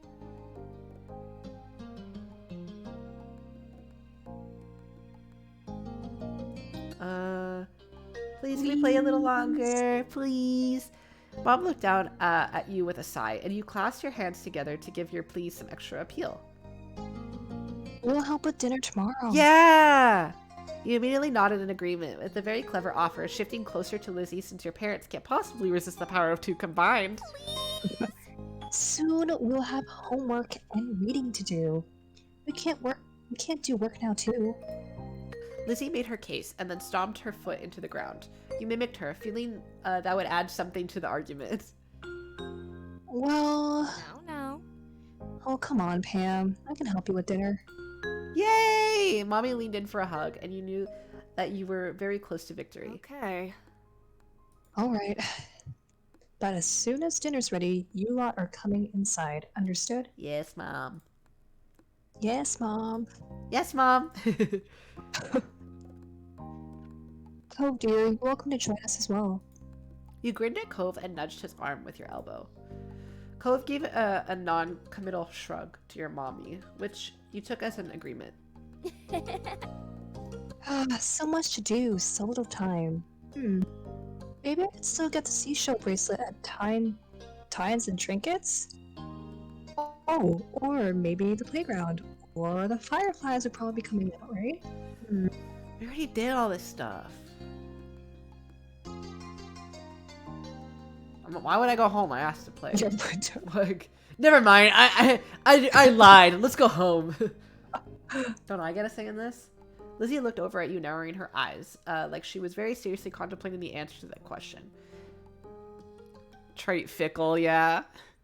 A strong gust of wind made you shiver. Lizzie huffed as she wrapped her arms around herself. Rude. Doesn't the wind know that summer's not over yet? That's all Lizzie said before abruptly turning on her heels and heading off in the direction your mothers had gone. Where are you going? I'm going to my room. I have lots to plan if I want to make the most out of tomorrow. Okay. You thought this over. Looking off towards the water again, Lizzie didn't wait, and before long, she was disappearing off the road. Meanwhile, Cove was going in the opposite direction, heading for the beach. Let's go with Cove. Cove gave you a smile that you couldn't help but return. Cool. He made a little gesture that you interpreted as "follow me," and then started heading to the waves. Cove knelt, picking up something you quickly identified as a smooth rock. Oh, I love smooth rocks. Smooth rock. He reared his arm back, then tossed it into the... Dude, I didn't know... I don't know... Does anyone know how to skip stones? That shit is like... Rock skipping. Yeah. That's hard. I want to learn. You so do. difficult. I want to learn. It's so cool. Like, how do you do that? Like, You have to, like, is it like a flip- wrist? Yeah, you have to like flick your wrist, I think, a certain way. Like it's a like specific throw, I guess, to make sure Yeah. like it bounces. Like, dude, that's so cool. Like, science is so fucking cool, bro. It's dependent on the rock and the throw. Yeah, I imagine the rock too. Like, yeah, you Does the need, rock have to be like light? Yeah, that's it probably light, has right? to be smooth, right? Probably maybe True. light, but like I think the most important thing is it's smooth so it like bounces properly. Smooth rock. Smooth rock. You're gonna start back, then toss it into the water.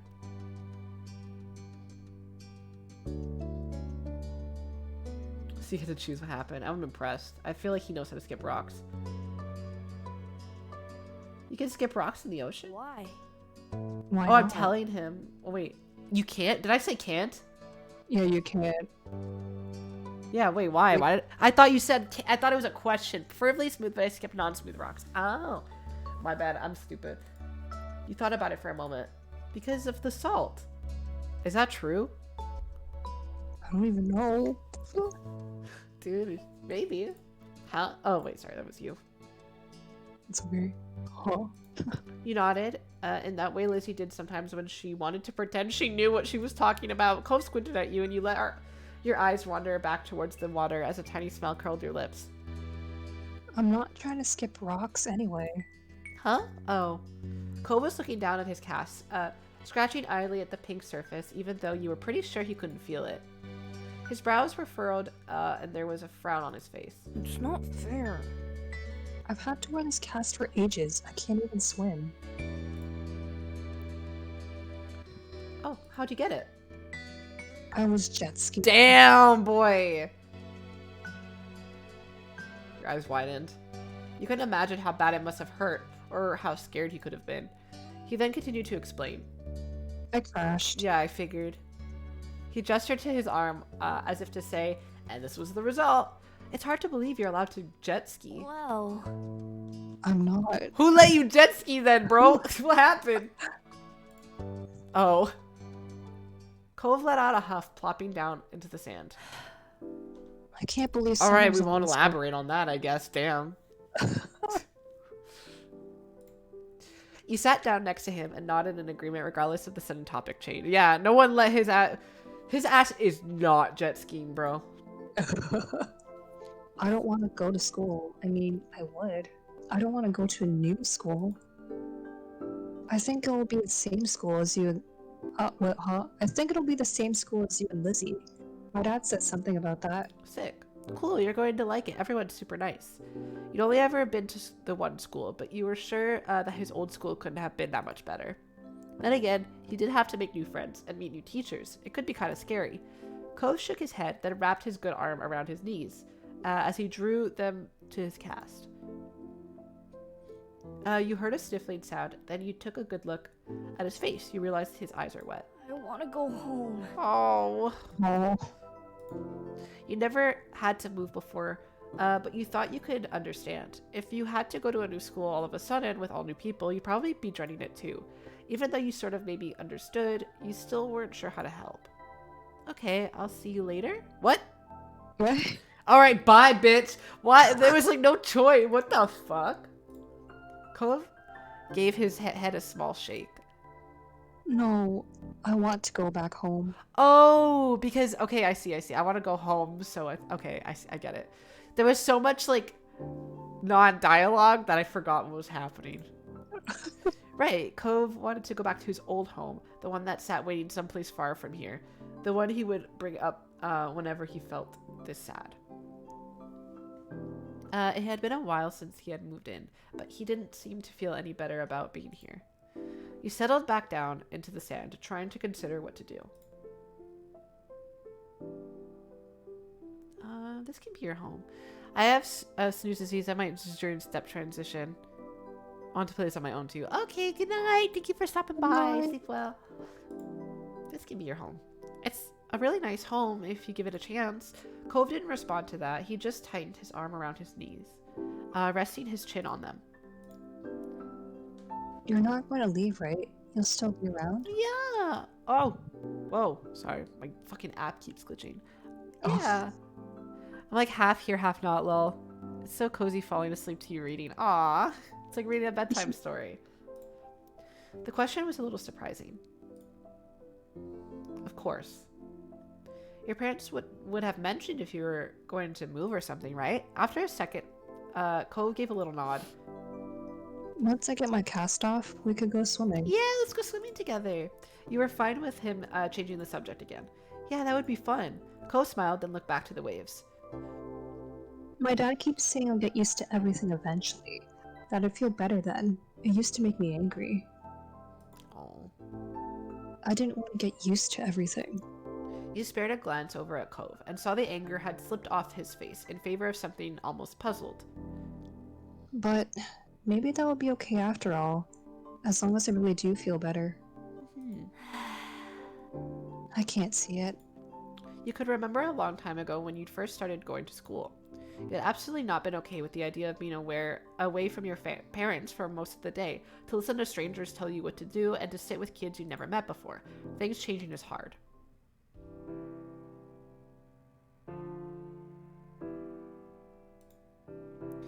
You're not quite sure what to say to that, so instead you reach out and take Cove's hand. The one closest to you is the one in the cast, so you made sure to be very gentle. As you watch Cove's eyes... What? Hold on. Why Did is... something happen? Yeah, my phone is losing connection to the thing. Oh. Connect. Why is it lagging? Hello? Hold on. Okay. Connect. Oh my god, why is it lagging? V-Bridger, you bitch. Oh my god, hold on. I have to reset it. It just started lagging out of nowhere. Girly. Okay. Oh, connect. Okay, and then we'll.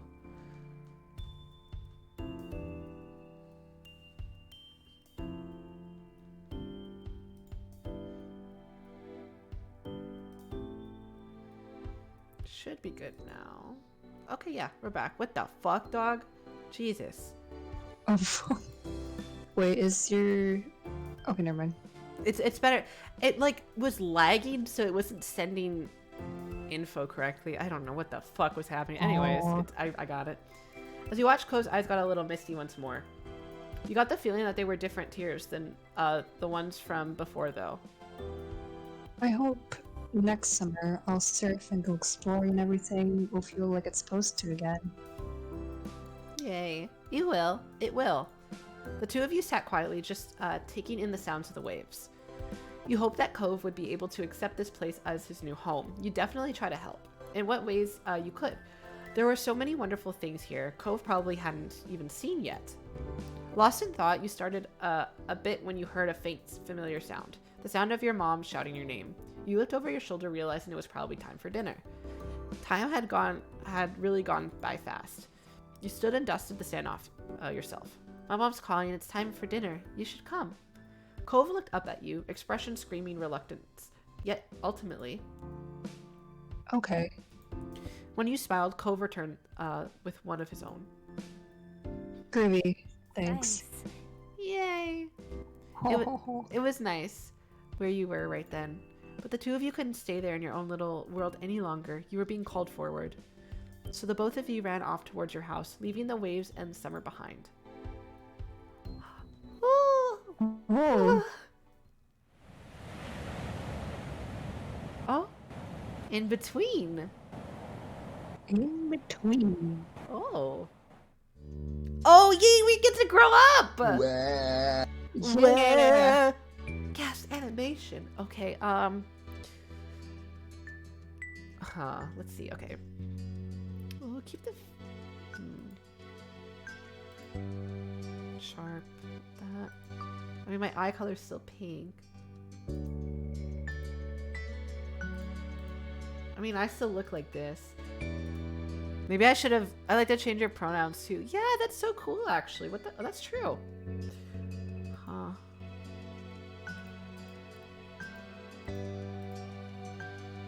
This is a teenager. I guess we could change the hair.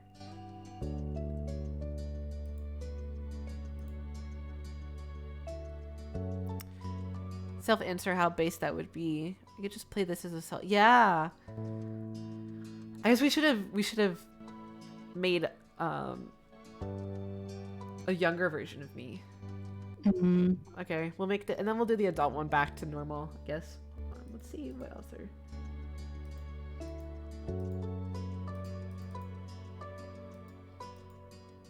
And we'll give ourselves short hair. It's not really much I wanna. What voice names are there? Just Jamie, okay.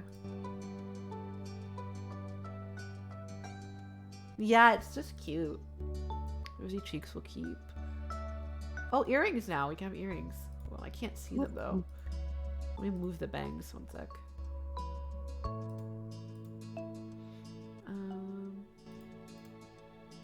Okay, here. Move the bangs. I have like pink hoops almost. I'll put like this. Oh, lips thin or thick? Thin, I guess. I have thinnish lips. Clothing type. Okay, yeah, we already did this. Birthmarks, no. Brace. Oh, you can put braces now. Ooh. Okay, we'll keep that and then put the bangs back. Actually, let's see if there are other. No, I think it's just this. Okay, we'll do that. Okay, and done. Oh, yeah, that's right. So are we still fond of him or do we have a crush on him now?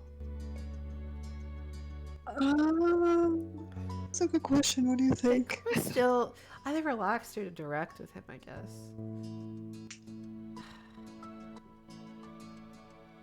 Maybe like we start like IMO fawn. I think the beach moment and run. So because of the beach moment and the maybe like at the end of summer we like kind of like developed a crush on him. I could see that.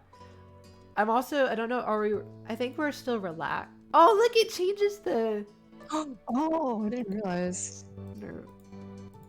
That's cute. I think crush, and we're just still relaxed around him. Cause we're not nervous crush. We're like, he's like our friend, and we're infatuated with him, but we're not yet direct. I think there's still like some like something keeping us from being totally direct, especially when we're in the crush stage. Got mind powers. Okay. Go. Yes. Oh, I don't want to customize. Okay, I want to see what there is, but I don't want to customize him. I want to leave that up to him. Choose to customize yourself or let this prior experience determine it. Cove customization. Let me see his appearance. Oh. I like, oh, this is like, it looks like his hair. Gets different glasses or none.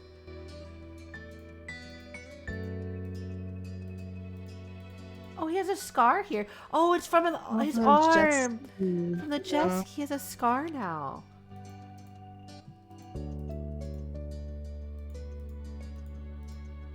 Oh, he's so cute. PJ. Oh, it's like The Sims. You get to choose. Dude. Okay, wait, done. Derek. Wait, I want to go back. I didn't want to. Fuck, I didn't want to actually customize him. Then you can maybe like load back to the. No. Fuck. Wait. Was there like a quick? There was no autos. Wait, auto. It auto saved the choices. I think. Hold on. We'll just quickly go by. I don't want to edit him. I said okay. I'm just gonna go. It's not fair. Well. Sorry, I just wanted to see what there was. I didn't actually want to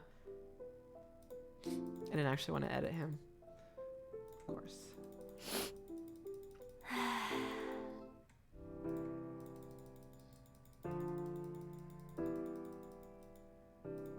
Thanks. Wait, in between. Okay. Okay, we gave. Wait, I need to see the earrings again. And then we gave ourselves short hair. Wait.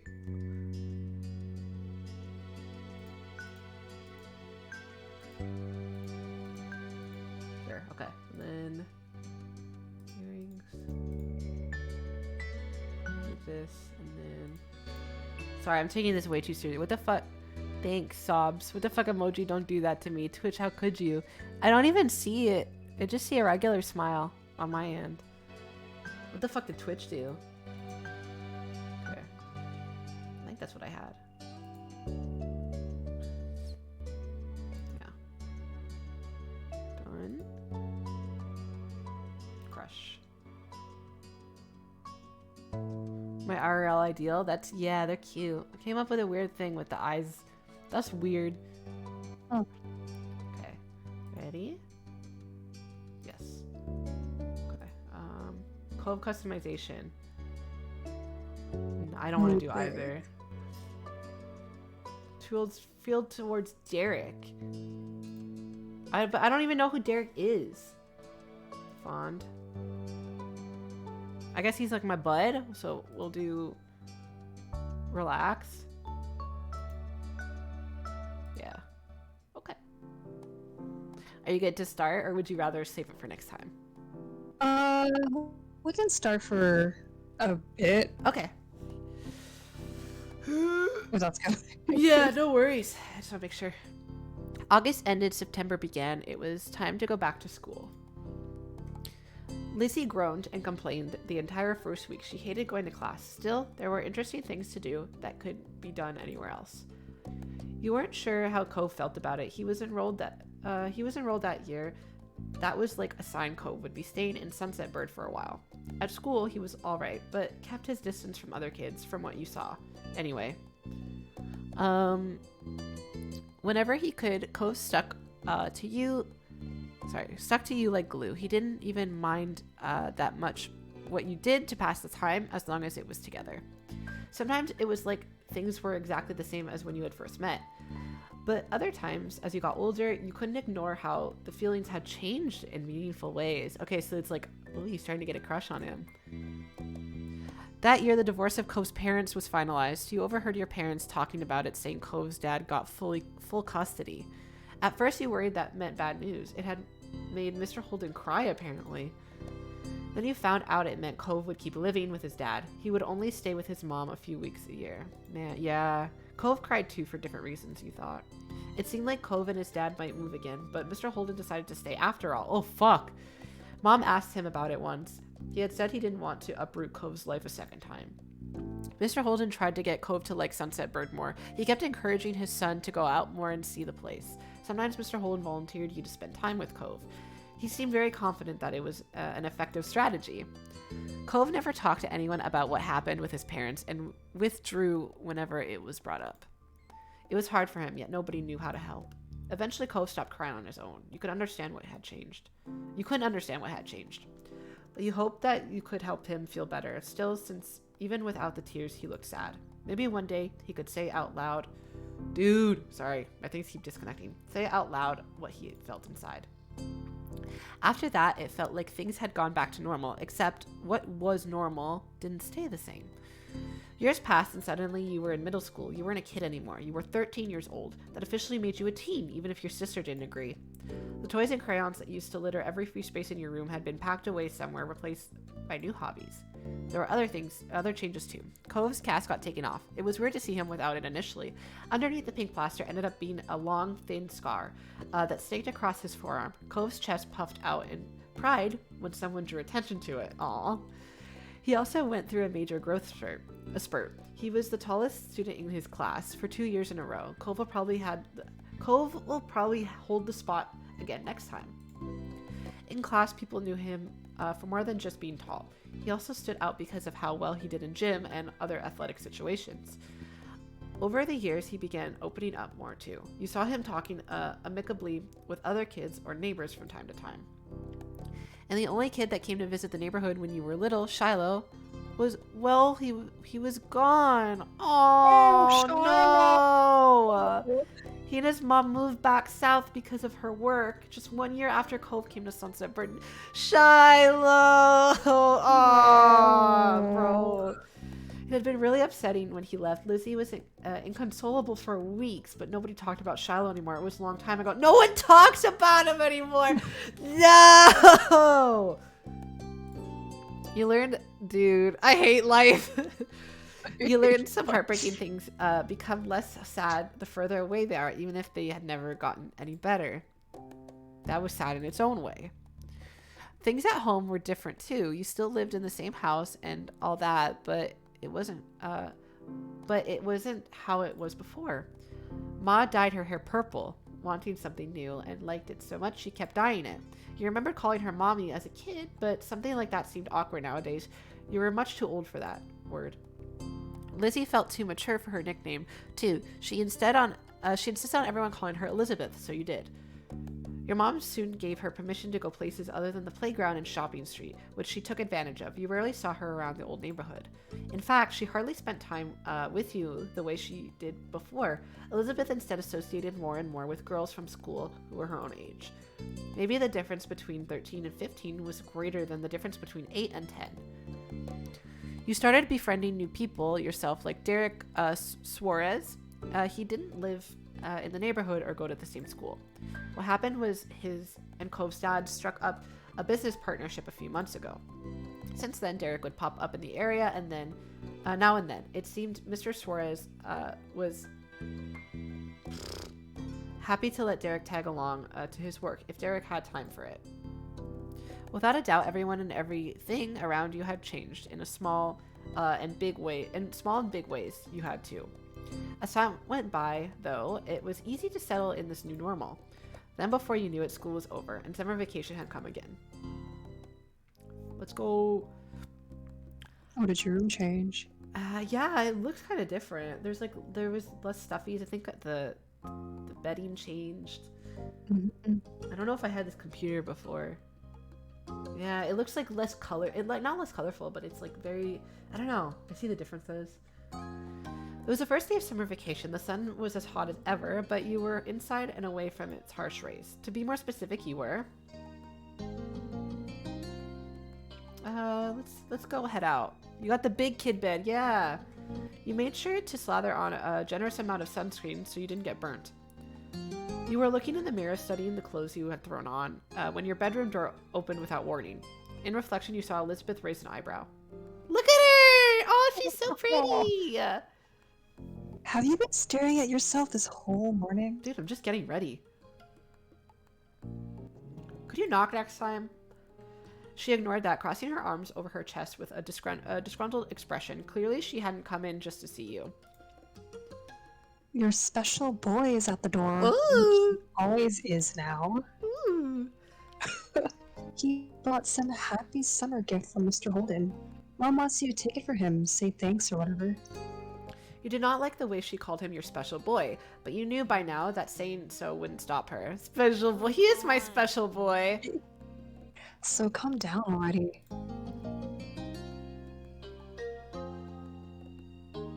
Okay, fine. She's kind of bothering me. Elizabeth said nothing else and left. Having done that was instructed of her. Now alone, you focus on the mirror once again. You're very tall. Your average height. Don't think I'd have trouble, but I think I'm pretty short. There was a lot of open real estate in the frame. You were pretty short. You could relate to Derek in how it felt to be smaller than people thought you ought to be. Your shortness seemed even more drastic when compared to Cove, who was unusually tall.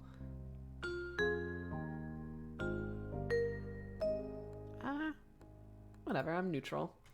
Things kept changing with the height you actually had, and what the impression of the height was based on your age. It was confusing. Then you put the finishing touches on your outfit. While ruminating on the situation, careless as they had been, Elizabeth's words piqued at your curiosity. You plan on going to see Cove today, so this worked in your favor. It was then you spotted your reflection that you realized you were smiling wide. Aw, you were looking forward to seeing him. You left your room, taking an easy time down the stairs. Step 2, second chance. Oh. Second chance. You spotted Mom first, reclined on the couch. She held a magazine in her hands, which she was perusing through. Morning, Mom. She looked up at your greeting, a smile instantly appearing on her face. Thanks. Aw. Good morning, Groovy. Thank you for coming down. Ma's at the door with Cove. He can't stay over today, unfortunately. Why don't you go and thank him before he leaves?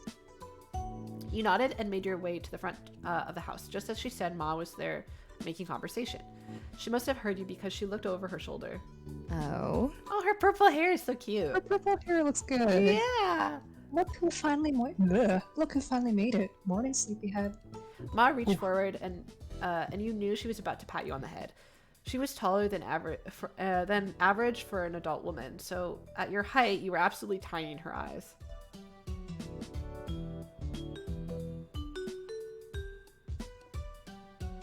You pushed her hand back and laughed as a little joke.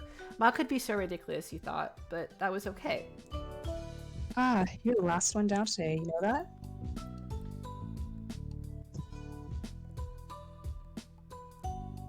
Life isn't a race. Funny. I don't think that excuse will work if you're late for anyone other than your own mother, though. With a small laugh, Ma stepped aside. Cove was just as you remembered, exactly how you came to know him to be. Hello! Oh, he's so cute! Special boy! Oh, they're so fluffy, he's blushy. Oh, whoa. Oh, he's so cute. Special boy. Ow. Oh my god. He leaned uncomfortably to the side in your doorway as his bushy hair covered parts of his face. His features were pinched in embarrassment. Excuse me. And he shifted from one foot to another. He was holding what must be a much talked about gift. Edible arrangement. Yeah. At first glance, you figured it must be a bouquet of flowers, and you gave it a real look. No, instead, it was carefully cut fruit. It made a lot of sense that it was actually from Cove's dad. You had to suppress a laugh at this showing. You couldn't imagine many folks buying that sort of thing for their own personal enjoyment. The kind of arrangement was built for the presentation, likely to impress whoever was inevitably going to receive it. It seems no matter how long he lived here, Mr. Holden could keep going out of his way to be neighborly, and Cove would always be roped into participating. I love those things. Oh! So cute. At the sight of you, Cove smiled, but there was some nervousness to it. Hey. You smiled back. You couldn't help thinking that when you first met Cove and how you became such good friends. Lately, though, you were starting to have different feelings for him. Hey, it's nice to see you. Yeah. His voice!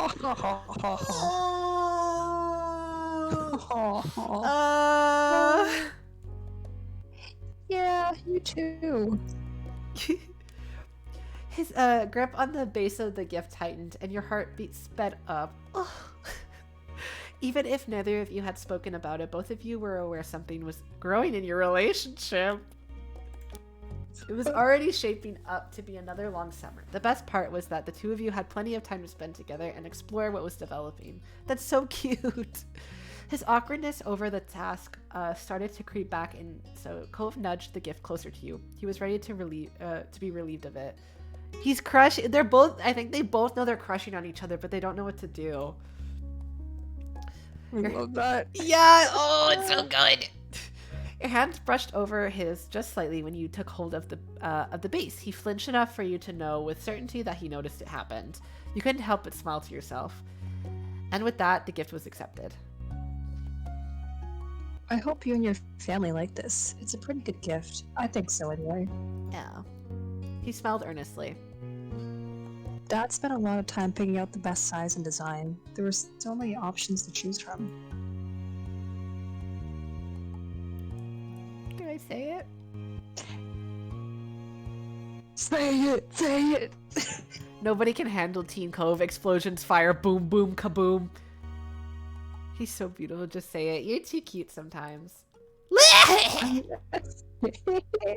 I'm not trying to be. That just means it comes naturally. Oh, he It's still like has my the dad and all this, squinkle! Oh! Oh. All right. Mr. Holden's behavior really was different from any neighbor you'd ever had. Though after 5 years, you were used to his antics. So wait, 5? Okay, so yeah, 13. And you'd since made up your mind on what your opinion was. Boy. He was great. He was great and kind of handsome to boot. I know you guys want this one. He was great. Though there were some things people didn't like about Mr. Holden, you didn't mind them and liked him quite a bit. Your thoughts were quickly interrupted by a shout. There you are. You shared a confused look at Cove as both of you stepped through the open door onto the neighborhood street. It's Derek, I think, right? It didn't take long to locate the source of the noise. Yeah, you spotted Derek.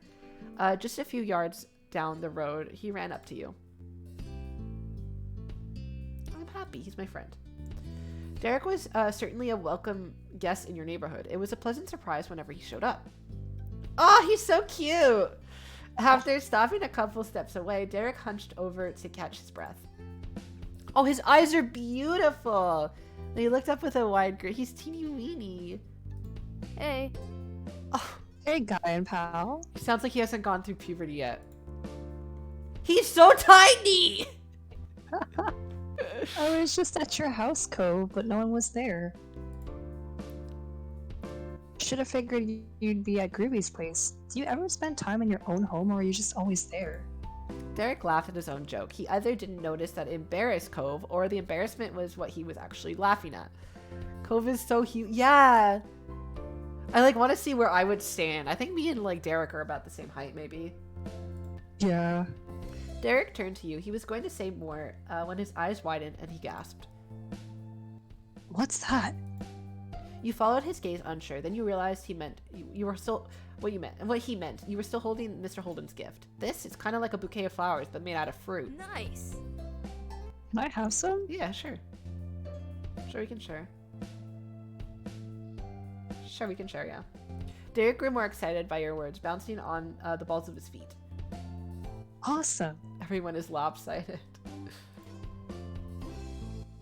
Then he nodded his head as if to clear it.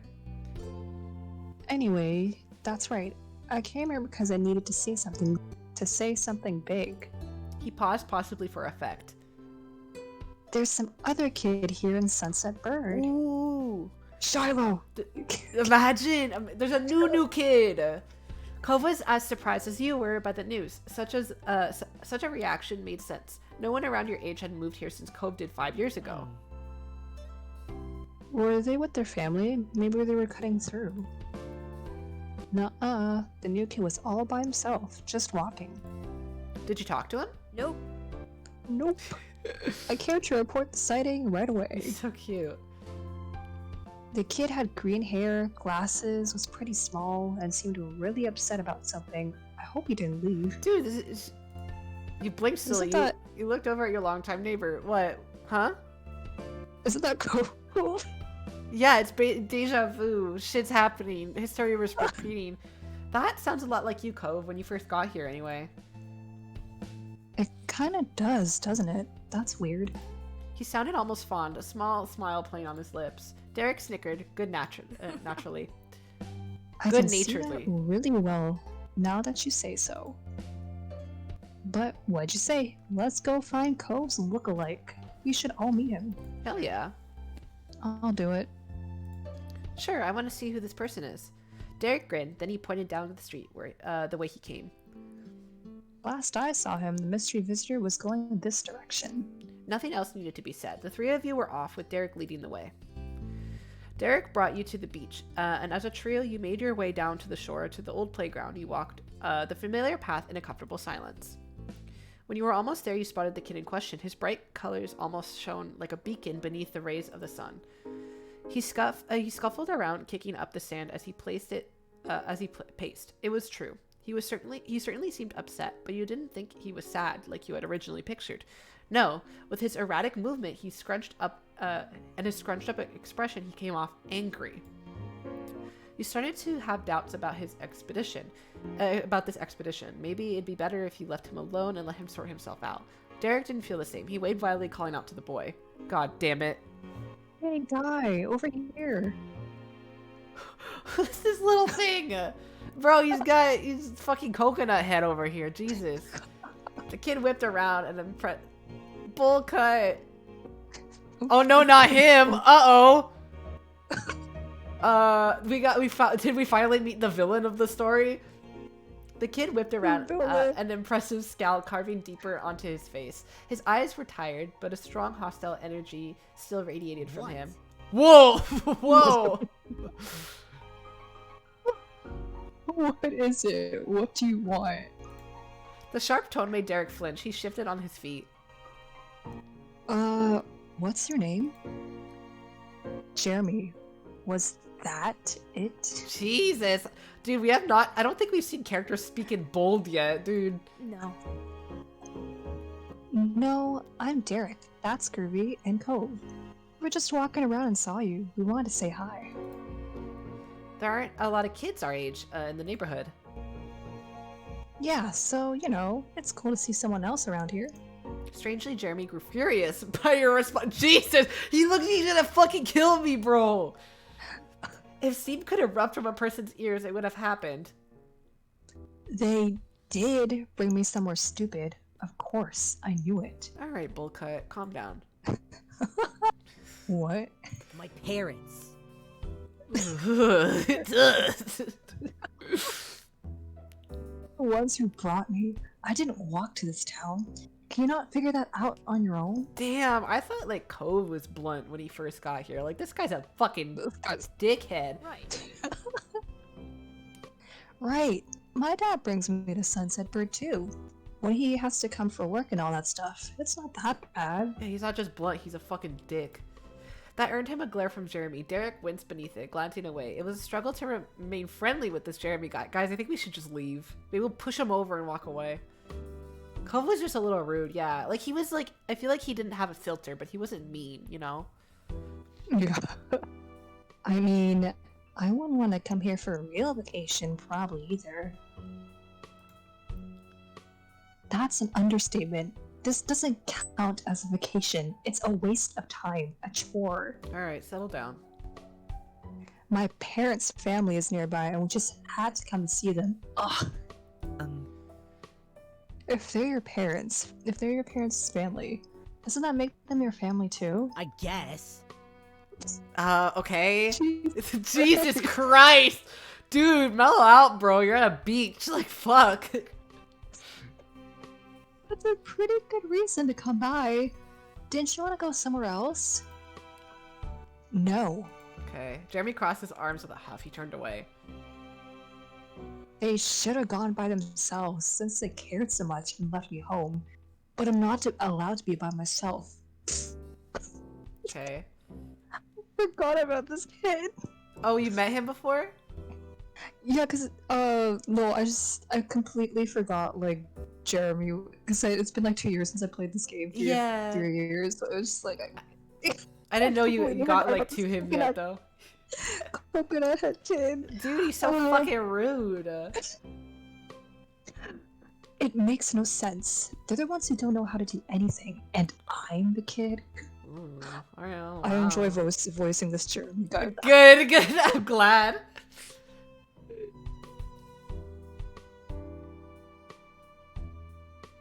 Yeah.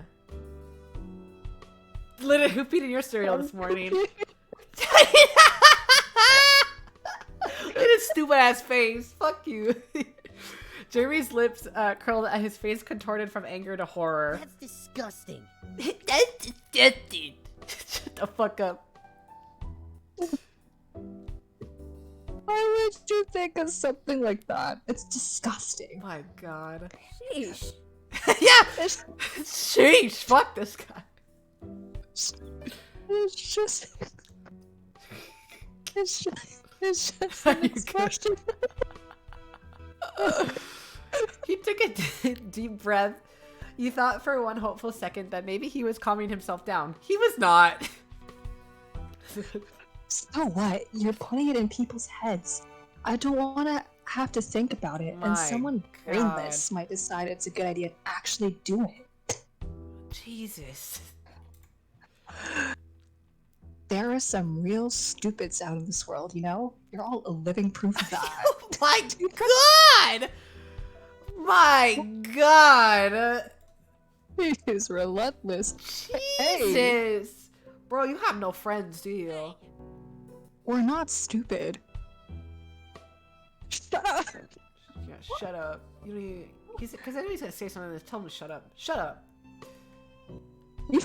You first. You turn to Cove, lowering your voice. The two of you aren't that similar after all. Jeremy must have had good hearing though, because he caught the private exchange and scoffed. Stupid.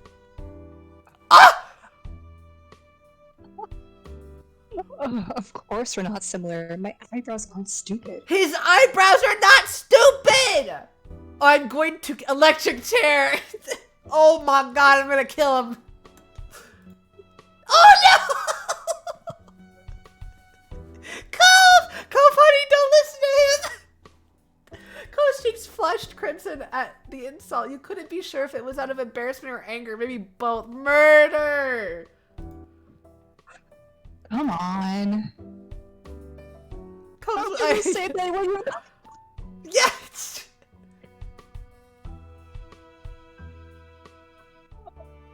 Yeah, how could you say that when you got a bowl cut?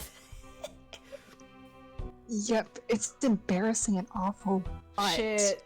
my parents made me. I won't have to have it when I'm older. Shit, that didn't like get him riled up. Can I go back? Okay, yeah. Okay, this is the only time I'm gonna save Scum. No, actually, no. No. That's fine. That's the best. Yeah. I don't know what he's gonna do with those things, except maybe shave them off. He probably should. I bet he look less dumb with no eyebrows. Can I punch him? If I get into option to punch him, I just want to know. I just want you guys to know it's on site. Yay! You lunged towards Jeremy. Yeah! he needs to be humbled. Like, I'm not joking. With your fist balled, you made a quick step forward. No. Are you ready to end him? Get him! He made it clear that words wouldn't work, leaving you to resort to action. You weren't sure what would happen, but you couldn't let this stand. No!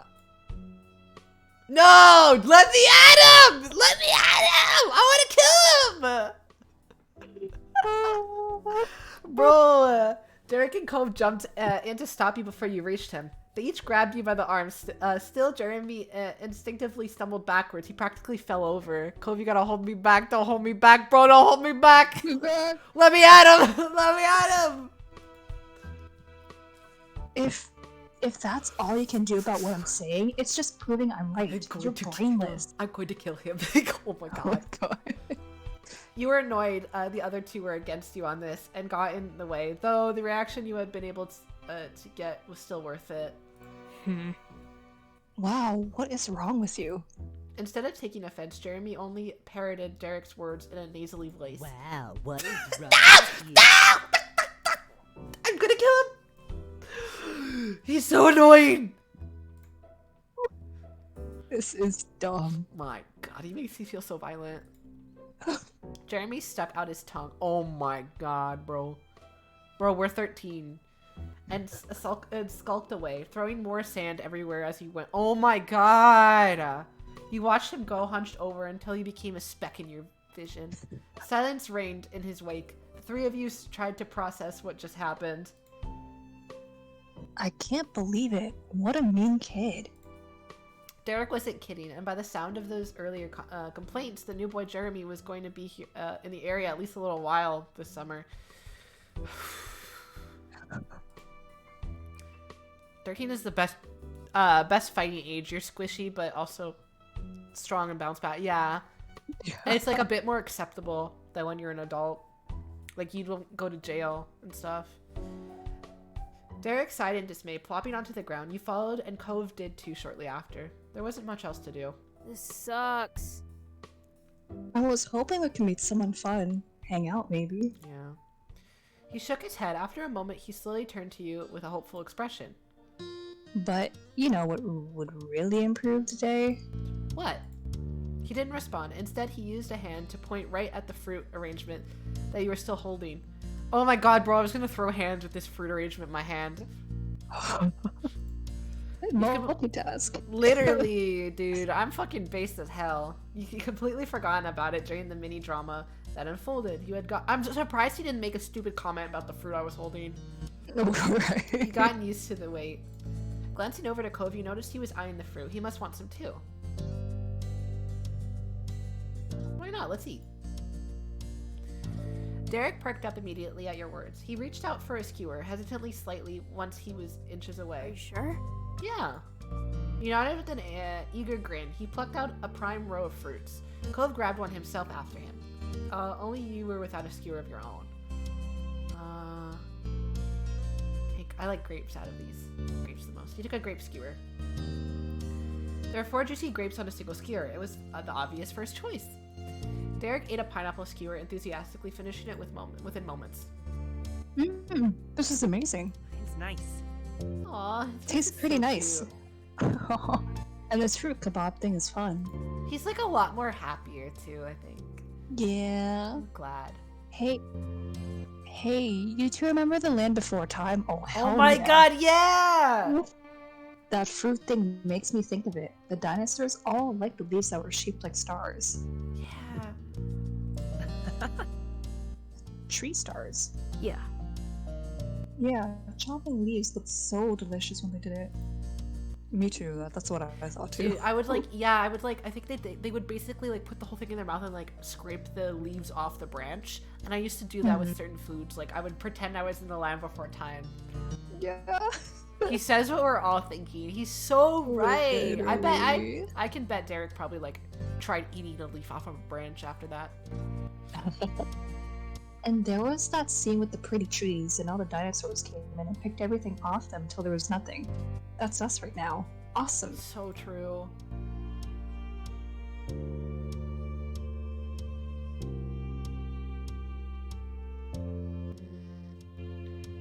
say things taste better when they're shaped like stars?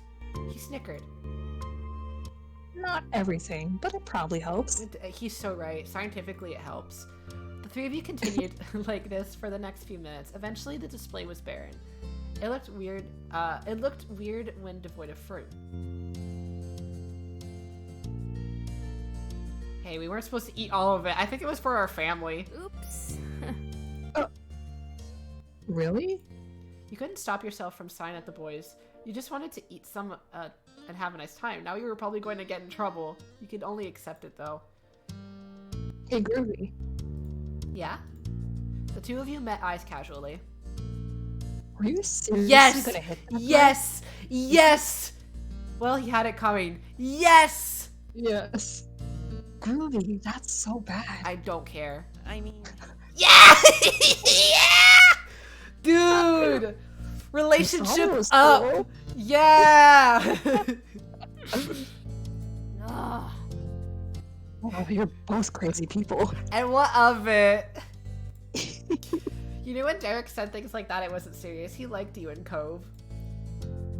Yeah. Derek then leaned back in his arms. He contemplated this. He contemplated the sky with a content sigh. So, are you both ready for summer break? Hell yeah. Yeah. Well, on you, wish I could say the same. It feels like there's a lot to plan for. Oh, you don't have to plan for nothing. You just fucking sit back and relax. And what about you, Cove? Are you ready? Mm, I think that depends. Something. He was their queen, and God forbid anyone disrespect their queen. Before you could say anything else, the light atmosphere was shattered. Hey! Hi. Groovy. You glanced over your shoulder to see your sister. She strode closer and closer, appearing none too pleased. I've been looking all over for you. Ma said you and Cove ran off with this thing Mr. Holden bought for us. About that. She leered over you with arms folded. So, where is it? Well, it's gone. What do you mean, gone? We eated it. I brought you an edible arrangement, but I eated it. You moved over to the side to face her completely. She zeroed in on the bouquet in your hands, which was now populated exclusively with skewers dripping in juice and tiny flecks of leftover fruit pieces. Her mouth dropped open, and the tone of her voice rose. What? Seriously, Groovy? What were you thinking? It was supposed to be for all of us at home. Oops. Teehee. She glanced at Kofu sat beside you. Energy for fighting. Yeah, I needed to restore my mana. And continued mockingly. Even if you are the most important person in the household to deliver to the delivery boy, this was up to his dad. It seemed everybody was in a mood to tease you and Cove today. Within moments, Cove's cheeks flushed red. He picked at the hem of his shirt, suddenly finding it very interesting. He always became nervous when Elizabeth would strike at your relationship. We were hungry? It wasn't us! Seagull Dame came. Yeah. Seagulls. The seagull ate it. Elizabeth narrowed her eyes, not at all deceived by your response. Oh no! Oh no! I hear the mean kid coming back. We better get out of here. Elizabeth! Sick 'em! Elizabeth blinked, confused, and looked around. What? What kid? I don't see anyone. Derek didn't bother explaining. He just launched to his feet and ran off. Bro, tactical retreat. Cove hopped up to gladly taking the opportunity to exit the situation. He followed after Derek, but he sent a look to you from his shoulder. You turned to watch Elizabeth, stared back, brow raised. Hit the deck! Guys, do I stay and fight? Do I run? I'm gonna run. Tactical retreat. Without a word, you two got to your feet and bolted down the beach. Unimpressed, Elizabeth rolled her eyes. So immature. She shook her head as she walked towards the house, not bothered whatsoever to follow. Meanwhile, the three of you made it back to the shoreline. Derek pumped his fist, grinning in triumph. We escaped and shall live to see another day. So cute. Victory! You threw your arms up in celebration. You chuckled together, walking further down the beach side by side. You definitely wanted to stay outside a little while longer. You had gotten a bit of scolding from your moms for not saving any of Mr. Holden's gift for Elizabeth, but you didn't get any real punishment for it. Instead, while you were out with the boys, Elizabeth returned home to share the news. The three of them went to get dessert on their own. Ah, that sucks. That's fair. That's fair. But that sucks. I deserve that. We should have been with us. Yeah, it was declared even by your parents when everyone got back and the event was settled. That was fair. I ain't gonna lie. After that, Derek had rejoined you in the living room. He'd elected to stay outside for extra time so that you could face the potential scolding from your family without him witnessing the embarrassment. Derek was a guy you could count on. I love Derek. The dust had settled from the prior events, and your moms went back to their room. So Derek was just taking it easy until his dad arrived. Mr. Suarez was meant to be there any minute to go get Derek. Derek preferred not to sit and instead took long, lazy strides in a circle around the edge of the rug. Bro, ADHD. Hands behind his back and head angled towards the ceiling, Derek looked like he might have been puzzling out a crime. He probably made a half dozen rounds when a solid knock struck your front door. That stopped Derek in his tracks. Dad's here. The both of you stepped towards the door in unison. You arrived first since you'd had a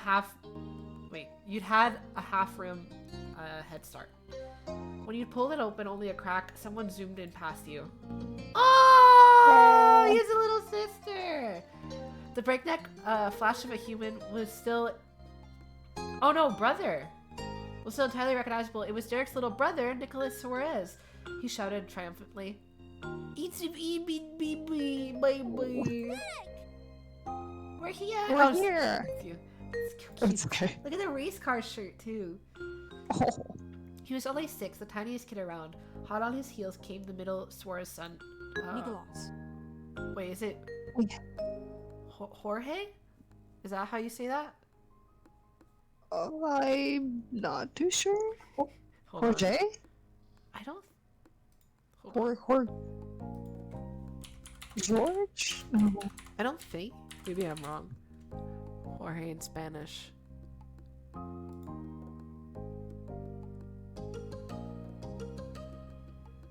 Is given name. This is not the Spanish and Portuguese given name. This is a male given name equivalent to the English George.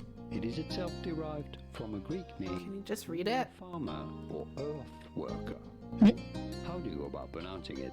In Spain, in Spanish, it is usually pronounced Do you want me to read Wait, the next wait. part, or? Wait. I'm Oh, sorry. I'm okay. trying to listen to the video. Jorge. Jorge. It is Jorge. Okay. Jorge? Okay. Jorge. Or it could be George. I like saying it properly, though. I want to say it properly. Hold on. Jorge. Okay. Jorge, okay. Jorge. Nicholas, we have to stay in the car. We're going home. We're not here to play. He was 10, and his patience was being tested. The youngest one frantically shook his head. It made his hair even messier than it already was. Nicholas? Oh, sorry. Sorry. Nicholas' hair was as wild and free as he was. Hair clips in his parents' minivan couldn't contain the energy. So cute. Which might have been surprising considering he loved cars enough to wear a shirt covered in them. But you knew Nicholas loved Derek even more. Staying right... That's so cute. Fuck. They're so cute. Staying right where he was inside your house at his even older brother's side, Nicholas gave Derek a hug. I came to get you.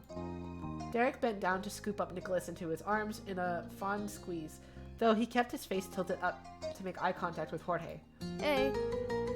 Hey, bros. Oh, they're so cute! I love her dress. Holy fuck. Yes. Damn. Side by side, Mr. and Mrs. Suarez trailed in. The resemblance between the parents and their children was clear. Derek and Jorge were a spitting image of their father. Jorge was even sometimes called Junior, while Nicholas was a mommy's boy. What? Well, hold on. Are you okay? Yeah, my stream like paused on my end. Oh, do you want me to hold on? I can stop and then put it back on.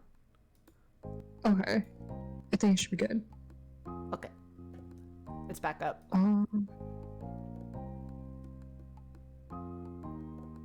sorry. You good? Good evening.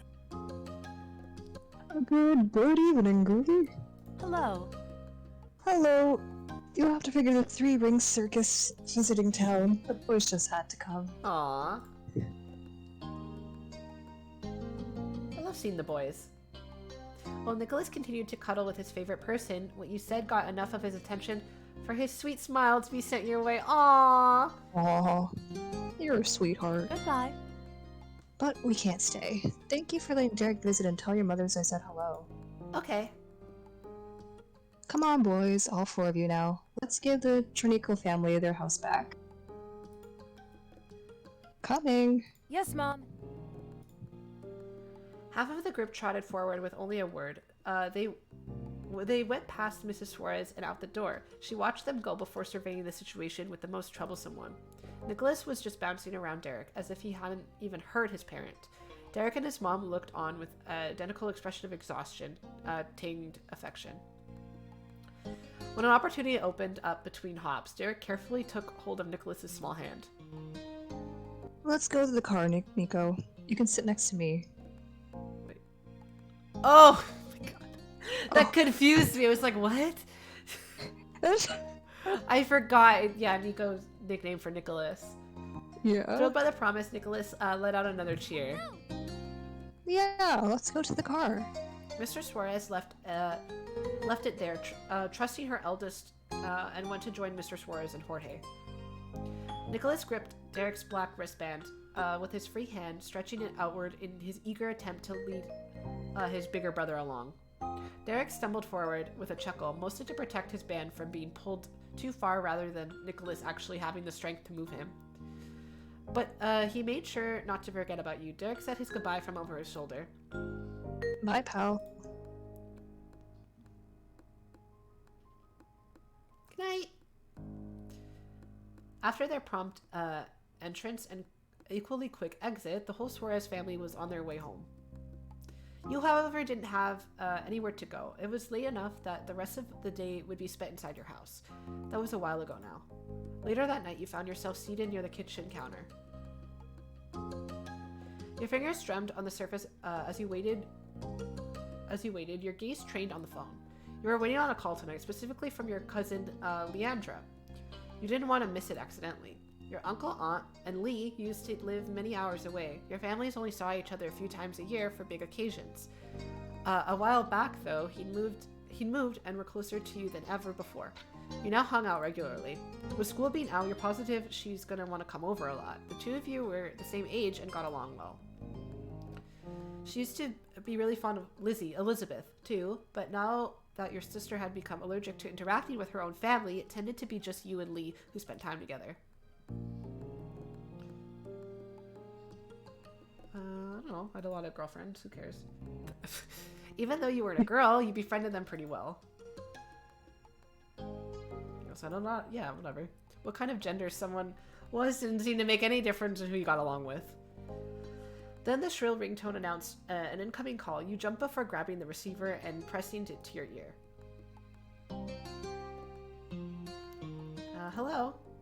Hi. Oh, she's so cute! Hi, Groovy. It's Lee. I'm glad it's you. For a second here, I thought it might be one of Elizabeth's friends. There was static on the end, as if Lee was shifting wherever she was. So, can you believe school's actually over? I thought it'd never be done. Now we don't have to do any of that boring stuff, and we get to hang out whenever we want. Speaking of hanging out... Lee, can you wait a second? Let me just head to my room. Oh yeah. You got up from your seat at the counter. Luckily, the phone was wireless, so you didn't have to worry about any cords tying you down. Your mom's had a rule about not moving the phone unless a call was in progress, which is why you'd been sat by its cradle waiting for Lee to call.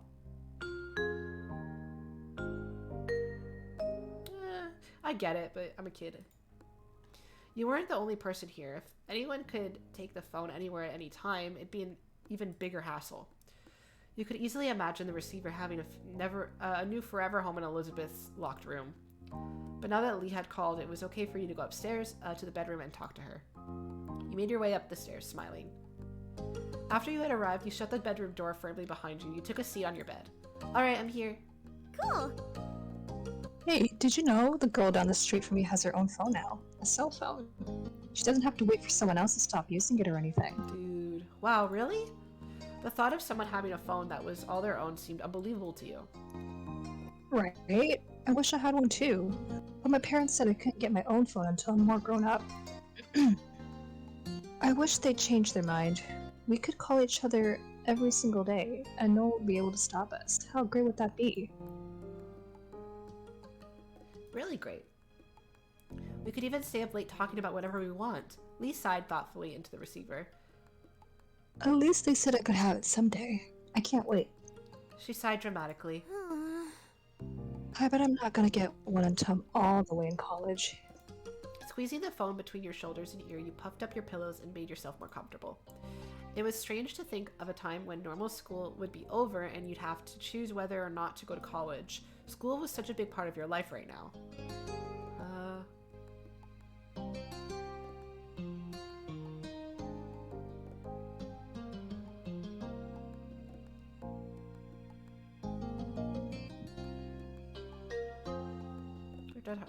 Got pretty average results. I guess that was reasonable enough.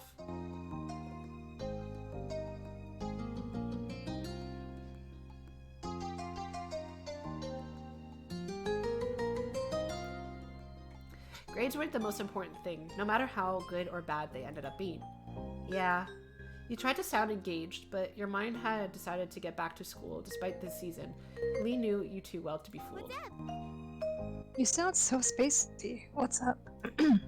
Just thinking about school. Lee groaned. Are you thinking about how we don't have to think about it? 'Cause it's summer? That's what I'm doing.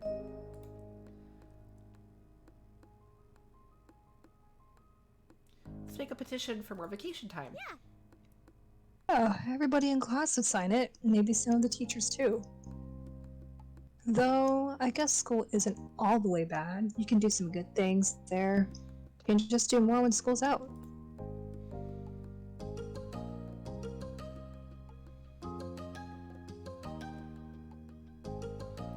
It's easier to hang out with people, not just in the neighborhood. If I didn't go to school, I'd never meet anybody new. No one really comes here. Uh-huh.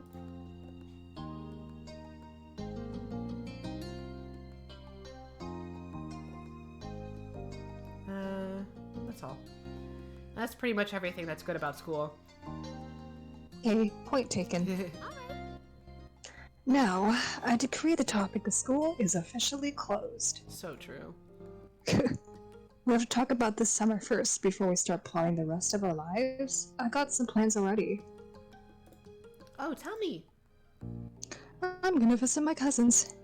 You chuckled, of course. What's something you want to do? The first thing that comes to your head. Hang out with Cove. Oh, Yeah, I was like...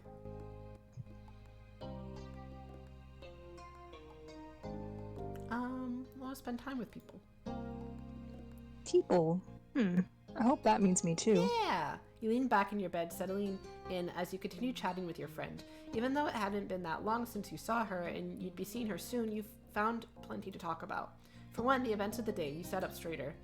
I was with Cove and Derek today, and we met a new kid. Like, at your neighborhood? Mm-hmm. His parents are visiting family, so it sounds like he'll be around for a little while. I don't know how long, though.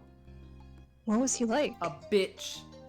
Rude. Mean. I don't think he was creepy, he was just rude. He kept snapping when all we were trying to do was talk to him. He just kept being rude to everyone. But especially Cove, it was awful. I don't think I want to meet him. Yeah, no, we won't. You want a boy to stay away before even meeting him? That's an unexpected twist. Oh! Your cousin was pretty popular with the boys who knew her. She seemed happy enough to have them around until they started to annoy her. Queen? Hey, who are you to talk? You give practically all your attention to boys, or maybe just one boy. Teehee. I see how much you like Cove.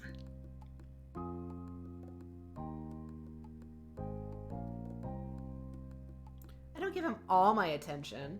Lee laughed at your denial, deeply amused. Even though she couldn't see you, you shook your head at her, grinning to yourself.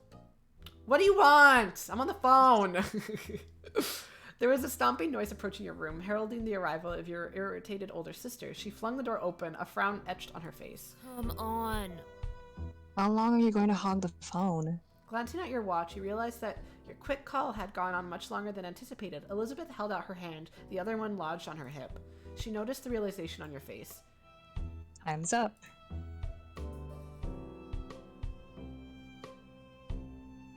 Sorry for being long. Leah, I have to go now.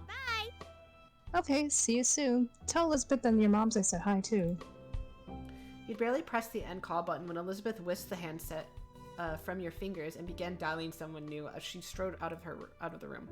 Your mom's voice called from downstairs. Hey, has anyone seen the phone? I'm using it. With that, she shut your door behind you. Silence was left in the wake. That was one way to end your first day of summer break. Sometime later, it had gotten dark outside, and you laid in bed wide awake. Your window rattled all of a sudden, startling you badly. You flinched, staring over at it with furrowed brows. From your vantage point, you saw only the moon and an open sky. You were curious. What had caused that noise? Cocking your head, you sat up and moved closer to the window. You wanted to get to the bottom of this. To your utter shock, your gaze was met by a pair of familiar ocean blue eyes. Cove? Sorry, I just want to tell you, I'm like trying to get to the end of the day and like gonna save after that, but if you need to like skedaddle, like let me know. Okay, yes, no worries. I try to at least end it on a day, but my bitch is not going to bed. You're good. Okay, you squinted. Yep, Cove is right outside your window. Your house is very angular, and some parts stuck out further than others, so it was theoretically wouldn't be hard to climb around. Still, just because somebody could didn't mean you expected it to ever happen. Wait, he climbed my window? That's kind of romantic. To his credit, Cove was doing fine. His feet were braced against a section of the wall that jutted out, his arms flexing with the effort to keep him upright. He easily lifted a hand and waved at you from the other side of the glass. You hurriedly opened the window. This is kind of cute. Oh my god, he snuck into my room. Cove climbed over the ledge, releasing a breath once he was safely inside. Hi, Groovy. Hi!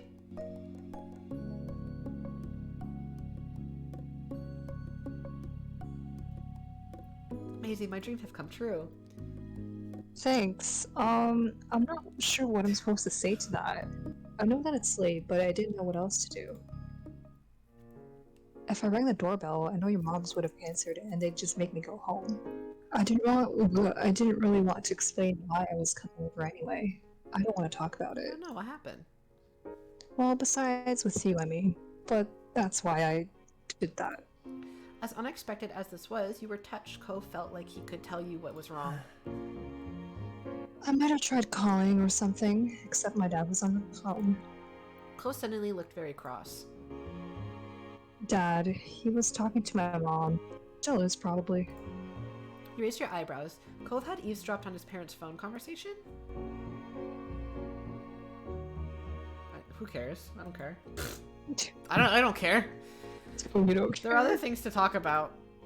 Are you going to stay with your mom for a while again?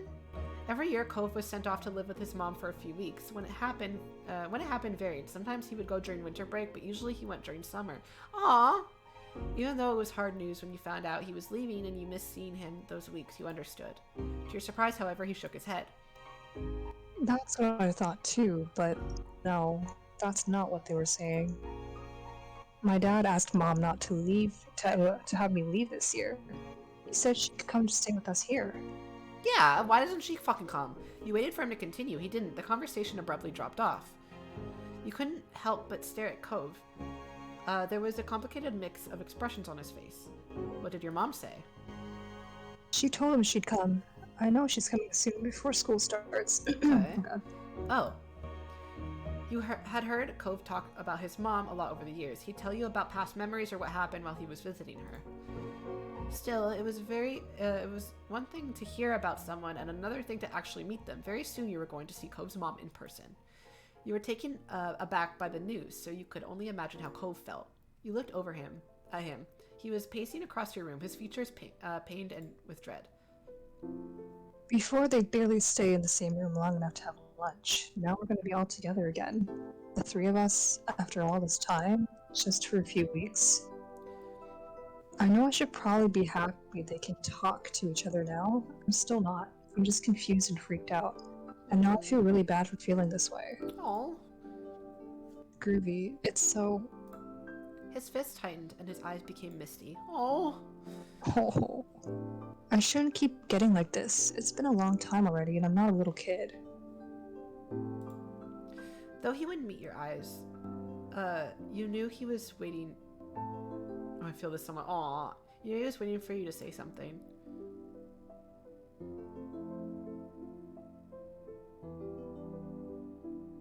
Sorry, Cove. You know I'm here for you. The tense line of Cove's shoulders eased. Thanks. That makes me feel a little better. Like I'm not freaking out for no reason. A momentary silence fell over the two of you. You marveled at how the day started. You had woken up eager for summer vacation, but now things seemed so crazy.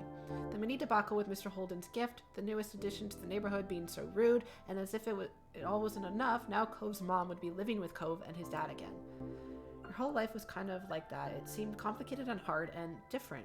Why couldn't things just get better with time? Ruby? The sound of your name said quietly pulled you from your thoughts. Cove gazed at you concerned. Are you okay? Oh! Oh.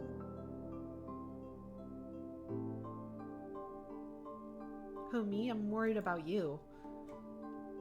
You don't have to forget about yourself for me. I want to listen to you too. Cove grinned reassuringly. It was small and delicate, but you knew it was genuine. Way. Moonlight from outside cast shadows across his face and lit up his eyes. They seemed to sparkle with his smile. Way. Just that one look brightened your mood somewhat. You know, I think I don't want to talk any more about You're this. so valid. He looked away, his lips thinning into a line, and rubbed his arms. But I kind of don't want to go back home either. Could I stay a little longer, just doing something else? We can hang out in my room.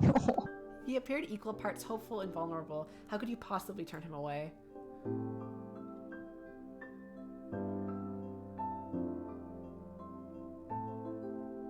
I've got a flashlight and some cards. Are you in? You tilted your head, waiting patiently for his answer. Cove perked up at your response, a smile appearing on his face. He immediately took a seat on your bed, not afraid to get comfortable in your room. You felt a little better at the sight. Somehow you still had a lot of worries, but you were glad he was here. And not just tonight. You were glad he came into your life in the first place. That was a change you'd never want to undo. It felt totally natural to let him into your little world. The initial friendship had deepened so much over these past years, and you were certain there was room to get even closer. You joined Cove on your bed, taking the seat across from him. He smiled at you again, but you could tell this time it was half-hearted. He was still easy to read. Though he didn't want to talk about his mom and dad, he must be thinking about what happened and what's about to happen.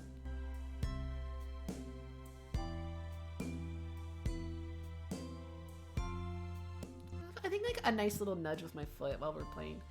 Nudged him with your foot. You stretched your short leg out and nudged him with the arch of your foot. He had no idea how to make him feel better, but you were trying. Cove blinked, confused, before he swatted your foot away, but his expression softened into something more natural. Conversation was stilted and broken, often by silence at first. Then both of you were able to get into your usual candor. Candor. As your secret hangout session stretched on, you thought that you truly wanted to keep having moments like this with him. You hoped a day would never come when life decided the two of you would have to part ways. Stop! Don't say that! No. Oh my god. And you knew Cove felt the same. You opened your tired eyes, groaning as they adjusted to the bright light that was streaming through your window and warming your pale skin. With a loud yawn, you rolled away from the sunlight and blinked a couple of times, clearing the sleep. At the part ways I explode the world. Yeah, exactly. I killed myself right here, right now. Clearing the sleep from your eyes before realizing with a start that it was actually morning. You couldn't remember even falling asleep. Cove had crept through your window during the night, and the two of you spent time together trying not to wake your parents. You must have fallen asleep while you were hanging out, but couldn't put a finger on exactly when. You wondered how late Cove had stayed before heading home. You rubbed your face and yawned again, contemplating whether you you should get out of bed and get ready for the day, or stay snuggled up for a little while longer. Until your gaze landed on an instantly recognizable mop of pale green hair, and you bolted upright and gasped in surprise. Oh, he fell asleep here! He never left! He was still here! And he's still there in the morning. Like, this is, and then compared to the sleepover when he couldn't stay because he didn't feel comfortable. The character growth. The parallels. Yeah!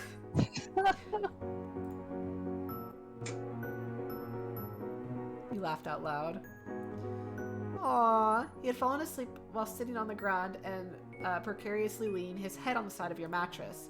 With your laugh, Cove's eyes snapped open and his head slipped from its source of support. He didn't stop going down until he smacked right into the floor with a crack. Aww. You clamped a hand over your mouth and looked down at him with wide eyes curled up where he had landed rather ungracefully. Oh, poor thing. Aww.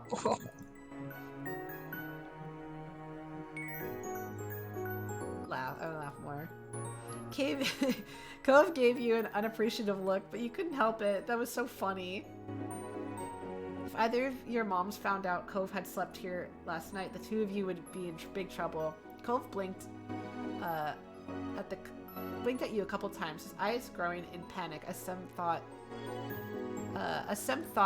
that only he could hear settled in his mind. Oh my god! His voice cracked! No! His voice cracked! You weren't exactly sure what to do as you watched Cove pace your room, looking around frantically. He's so cute, I'll explode and die and explode. Cove's hands flew to his face, letting out a sigh of relief when he found his glasses right where they were supposed to be. Despite that, he hadn't calmed down completely. The atmosphere was still frazzled. We're going to be in so much trouble. You could feel your throat grow tight and the air struggle to hit your lungs as you thought about all the possible punishments your parents might give you. Summer was just beginning. You couldn't imagine having to stay cooped up in your house for the rest of it. That was just barbaric. Letting out a heavy sigh, he ran a hand through his hair and exasperated. He couldn't look at you again as he spoke. I'll see you later. You were confused by how all of this had played out, but hoped that was true. Right, bye, Cove. At that, he glanced at you once more. The expression was placid. In all the panic, he was stopped ever so briefly by a moment of clarity. Thanks again. Aww. You're my very best friend, Ruby. Man, else comes home.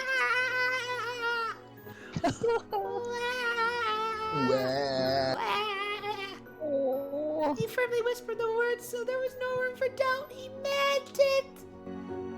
But he turned away from you before you had a chance to respond or even fully react. In a matter of seconds, he had climbed over your bed and opened the window. A cool breeze rolled off the ocean, fluttering through Cove's hair, and filled your room with the salty scent. Parkour! Cove fearlessly stepped out onto the ledge.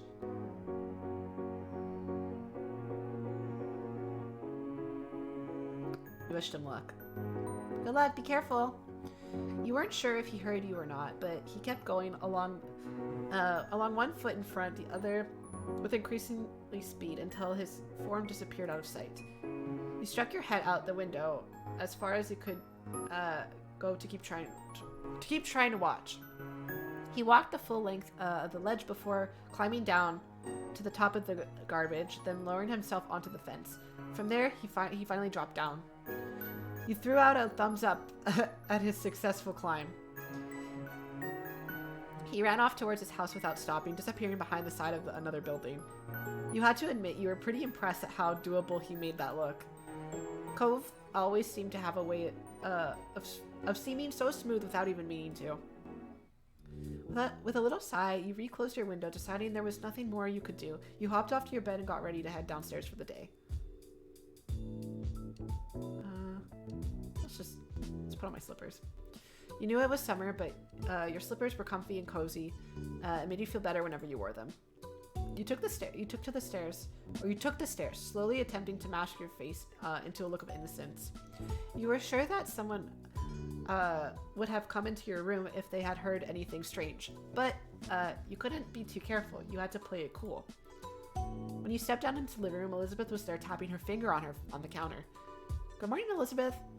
She looked at you over immediately, her eyes squinting at the greeting. Why? I'm not being weird. Why are you being so weird? Are you weird? Why are you weird? You hadn't even done anything. Your big sister never missed a beat, unfortunately. You turned and offered a tight smile, and her lips pursed together even tighter. Groovy? Wouldn't you like to know? Wouldn't you like to know? Duh. I would. That's actually why I asked. You shrugged, committedly, determined not to tell her a thing.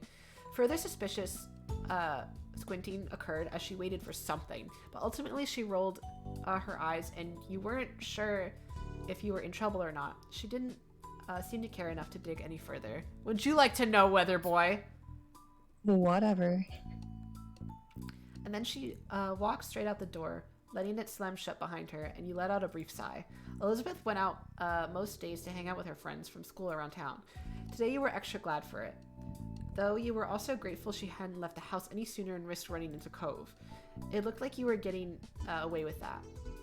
Breakfast was eaten in peace alone. Your moms were both out by the time you had gotten up. They had left you a serving of food from the breakfast they made. Hash browns, an omelet, fruit salad, and there were a few sausage links. Oh, it sounds so yummy.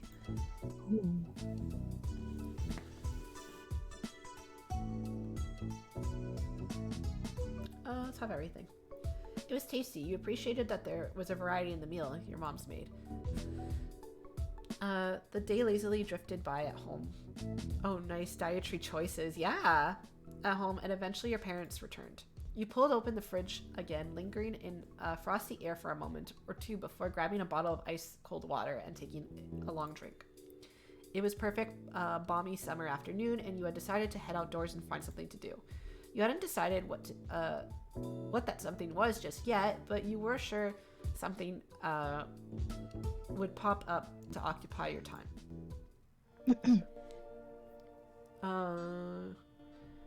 Do you want to pause here, actually? We've actually been going for a while. Yeah. Yeah, sure. It seems like a good pausing spot. Okay. Not auto. Here. This empty slot. Okay. Alright, we're gonna end it here, because we've been going for a while. It went longer than I expected, and longer than I usually go, I'm pretty sure. Yeah, thank you guys for coming on this adventure with us. Yeah. It's been so cute. Oh my god, I'm so excited for this step. I'm glad we're finally here, and I'm excited to see how our moments have shaped Cove. Mm-hmm. Alright, let's see. Stretch. Okay. Big stretch, guys. Stretch break. Yeah, everyone stretch. Drink. I gotta eat a bit more. Alright. I'm gonna actually raid someone. I am going to raid Aaron T, who is usually by LA streams.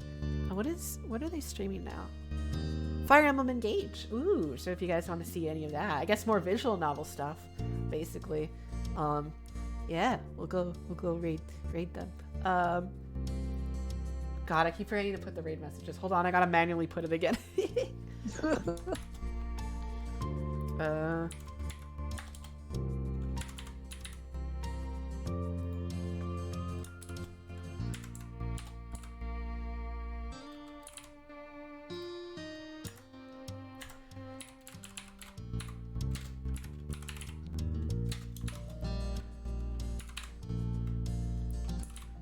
Guys, I'm such a good streamer.